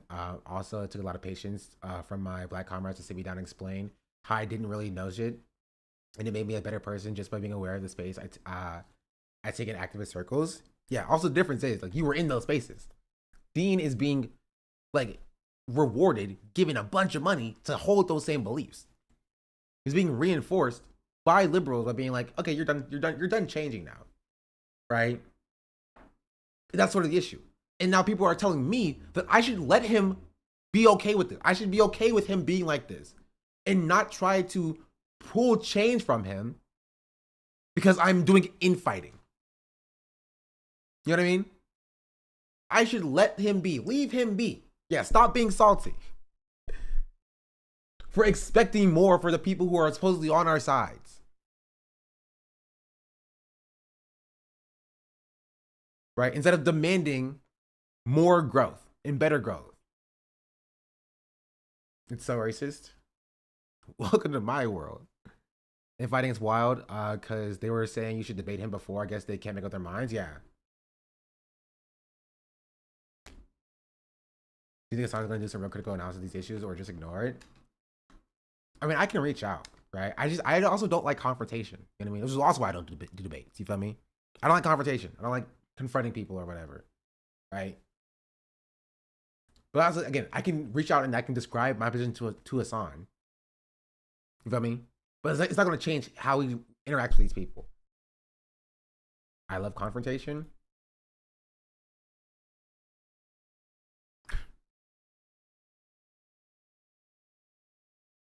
Where do you fall, chat? Sympathetic to a set of issues, but only privately, won't act and speak. Wait, hold up. White confessionals. Some exposure to whiteness takes place, but as a way to be accountable to POCs after, seeks validation from POCs. Takes on board critiques of whiteness, invests in exposing and marking the white regime, refuses to be complicit in the regime, whiteness speaking back to whiteness.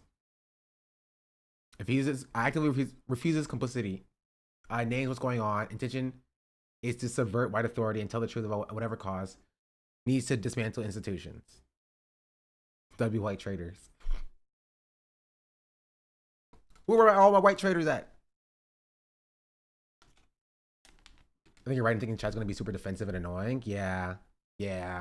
I've been in the community long enough to know.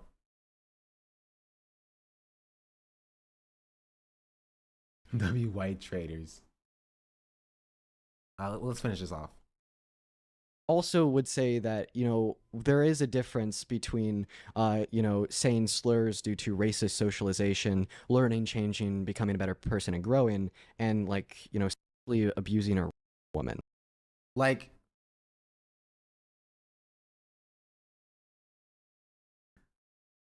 well, I've never raped anybody before, is a crazy way to defend your racist past.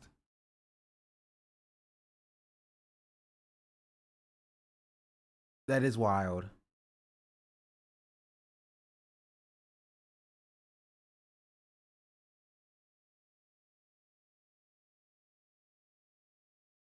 I don't know. I like comparing stuff to Trump as though it's equal. I don't know. Between saying slurs due to racist socialization, learning, changing, becoming a better person and growing, and sexually abusing a woman like Donald Trump did to And I will also say that defending yourself for saying hey, I was socialized to be racist, it was, I only said slurs due to racial socialization. It's a bit interesting, right? Because it feels like, I don't know. I don't even know, bro. This is the level of intelligence we are promoting. Hey, maybe he pops off. Eugene Carroll. I'd say you have to lack necessary virtues there. But I wanted to ask you a question That specifically. case is, that woman is like out of her mind. Like between all that, like he is married to like not to a accept beautiful accountability. Yeah, this is actually exactly what he's doing. I always say that excuse during the time of slavery, they were still anti-racist. True. I got a perfect example. I'm from a mixed immigrant status household, and if the only activism is voting for the Dems, well, Joe and Kamala didn't help me. Groups holding the Dems as to the fire are the ones who try to help me. Electoral focused activism is worthless if our elected representatives are shielded from accountability because the Republicans are worse. True. True. woman. He can have any woman. He can date models, all these things. And then you have this woman who's like known, some like crazy feminist, anti-Trump in the woods, like all this stuff. Like really? Do you mind if I ask you a question? Yeah. Do you know one? I don't have. How about this? I do not believe all women. Do you know one piece of evidence that she had submitted to the court to prove that he had sexually abused her? What was it? Are we talking about the dressing rooms? Well, I'm asking if you know a piece of evidence that she submitted to. No, I mean I simply look at that woman and I go, she's out of her mind, and this like why it's okay. Clear bias is crazy. So- I'm a woman. I can see people lying. As the mediator, I want to just talk. There are cases, as she's talking about, where the women have tried to expose somebody, or it's a money play. I'm going to sue you. So there are cases where that happens, and there are thanks, cases where thanks so much. What a unbiased mediator. that happens as well, right? Yes. What I'd say to that point is that's atypical to occur. So about 2 to 8 to 10% of of allegations that we'd see in the context of sexual abuse are false, right? And that percentage even slims further when we'd consider what percentage of false allegations make it through. Why Steiny's here? It's his podcast. He's on Steiny's podcast. That's why he's here. Reporting system like this did with Donald Trump. Yeah, I have my bitches be lying. You know So what I mean? if you're gonna don't false dirt on their names, you know what I mean? I actually had a girl one time who was lying on my name like that. Posit the idea that she was lying about it, she either wanted his money, she was crazy, anti-Trump, whatever. Well, you'd have to give me. But my question is what is he trying to do here, right? And maybe you guys know, chat. What is he trying to do with this? He's trying to convince Trump supporter that Trump is bad.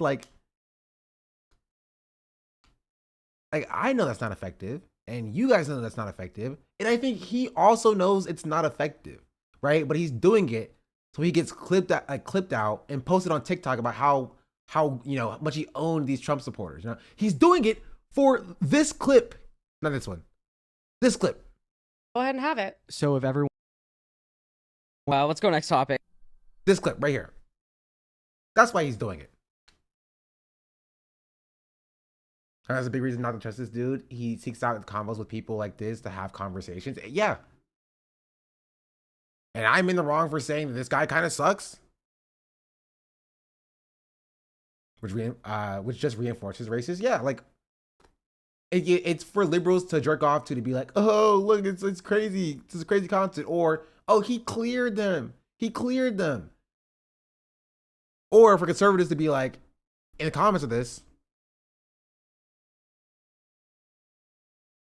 you know what I mean? Oh, sorry, this is the liberals here, which is why this has 23,000 dislikes, because the liberals came and were like, yeah, you're a terrible moderator, Steiny. Yeah, he's freaking a milk boy. What are we talking about here?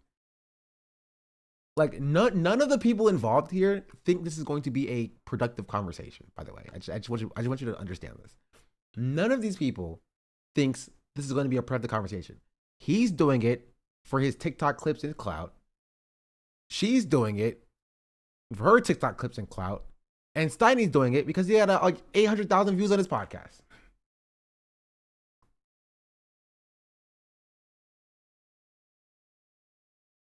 But we're talking about how effective this guy is for the left. Okay, sure, whatever. I'm done caring. You know what? We'll go for it. You know what I mean? Shout out all the former Nazis who were Nazis yesterday who are about to be leftist voices tomorrow. You know what I mean? Shout out y'all. Same as him trying to box Bryce Hall. Yeah, or him debating Nick Fuentes.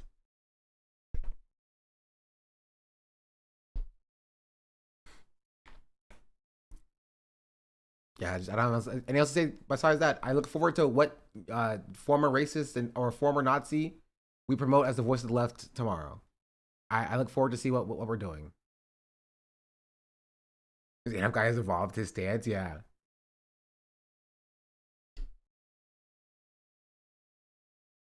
Because they're the only people who can really combat right-wing behavior. I didn't even get a chance to watch this video.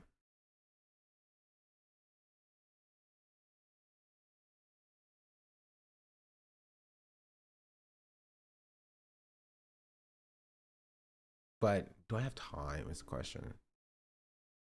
You just back and see Mr. Fuentes being a DNC shill in a few more cycles. Hey, who knows? Who knows?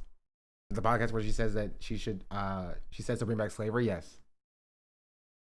There's a new North Star Radio video, Conrad Casey. I was gonna freaking start with this. I spent 4 hours just trying to explain why black people should be listened to.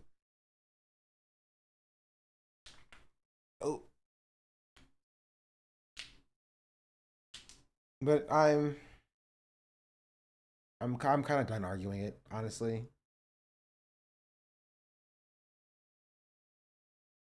I did try to come in here and shut you down. Yeah, I'm done arguing it, honestly. It's gonna be what it's gonna be.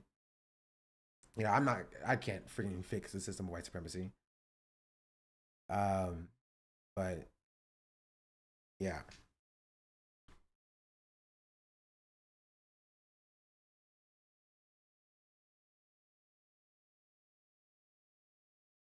I will say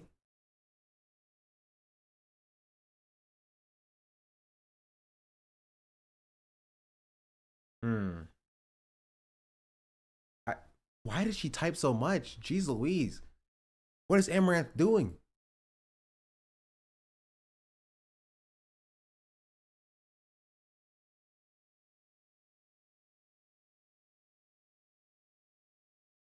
We have some fun today, not most people don't. Speaking of fun today,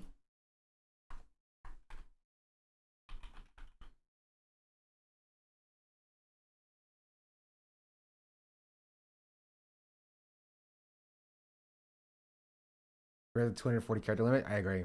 Some video title, Amaranth says she's broke. LOL. I will be playing games at 7 p.m. PST, which is in 8 hours. Copium gaming. No, that actually is gaming. So LOL. I will be playing games. This is me. I'm right here. It's on Mason's channel. Mason channel is twitch.tv/onehandpolitics. I'll be there with a lot of friends of the shows. I suppose Evan is here. I used to work with Evan.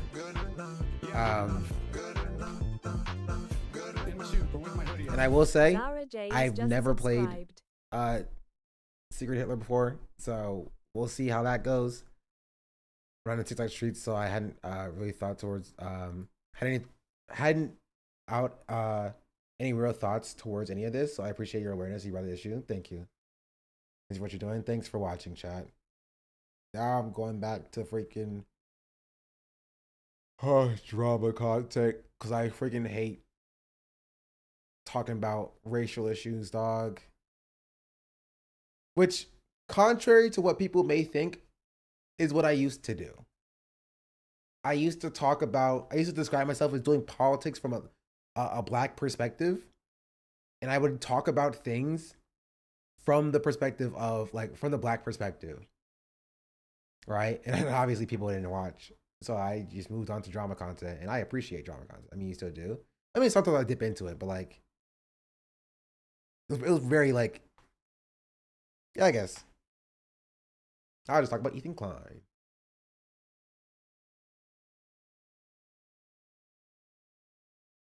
Also, what's the girls? Did he delve into how he became racist and what he did to actually help those people like him, ex-racists, mostly be like, I just stopped, I'm done, and now I'm done, and that's it. That's all it takes to be reformed, I guess. I mean, I guess so. 2K subs, congratulations, thank you. All it takes is for me to lose my sanity, right? I gained 2,000 subs, but I also lost my sanity. And it's the last day of Black History Month. I had to explain why black people are important to listen to for the last day of Black History Month. For the last 3 days of Black History Month, actually.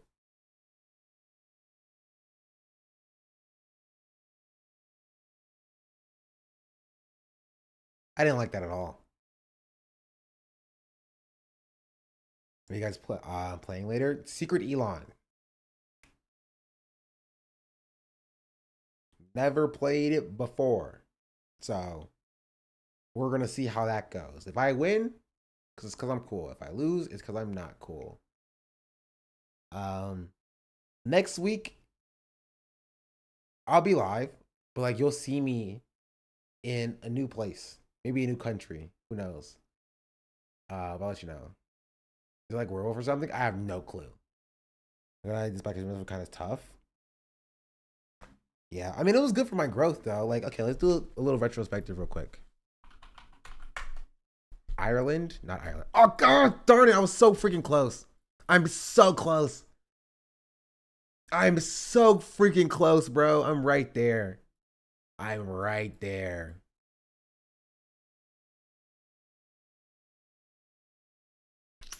Rip.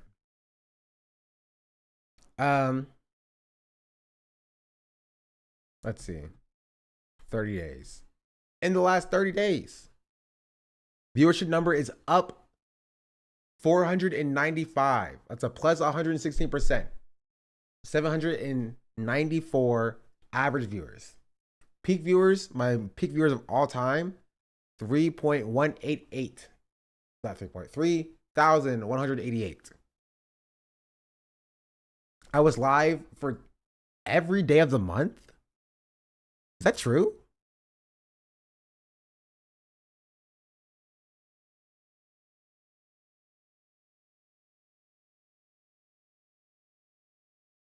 Yeah, it's been great. I wasn't live this day and this day. There's 2 days that I missed.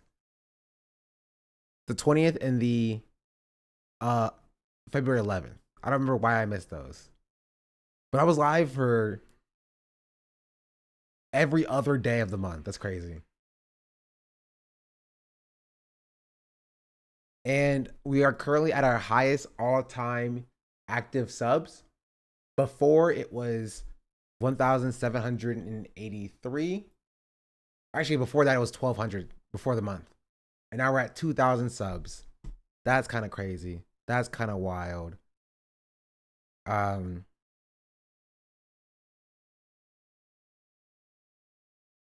yeah. Good month. I know that I was getting stream notifications at 1 the other day. So you whether you've been up to something. I was a peak viewers, pretty sure it did get 4.5 or 4.2. This is even correct. It was 4.2 was the actual peak viewership. I also gained 4,000 followers, 5,000 followers, 24 followers per hour. That's way better than it was previously. So we'll see where this goes. Sean the Black says she's my African princess. I never said that. Jojo_vibes just subscribed. I never said that. Jojo Vibes, thank you for the Prime. Also, Zara James, thank you for the 3-month in advance subscription. Also, Orpheus Online, thank you for the tier 1. Dwan, thank you for the Prime. Amira with love, thank you for the Prime. And yeah, that's all the subs. Thank you for all the subs, chat. It's almost as if Sean's commentary and vibes are impeccable and people want to listen. I mean, I had half as many viewers today than I had yesterday. So, you know, with like, you know, people gotta want to hear the Ethan stuff too. Even yesterday I was talking about that, but I also talked about like the Ethan stuff and the Ethan hater. But 700 people here for my, you know, at least watch me hear me yap is pretty good though. I was like that. I will take that. But also I will go get food because I'm hungry. I have not eaten. Any final thoughts?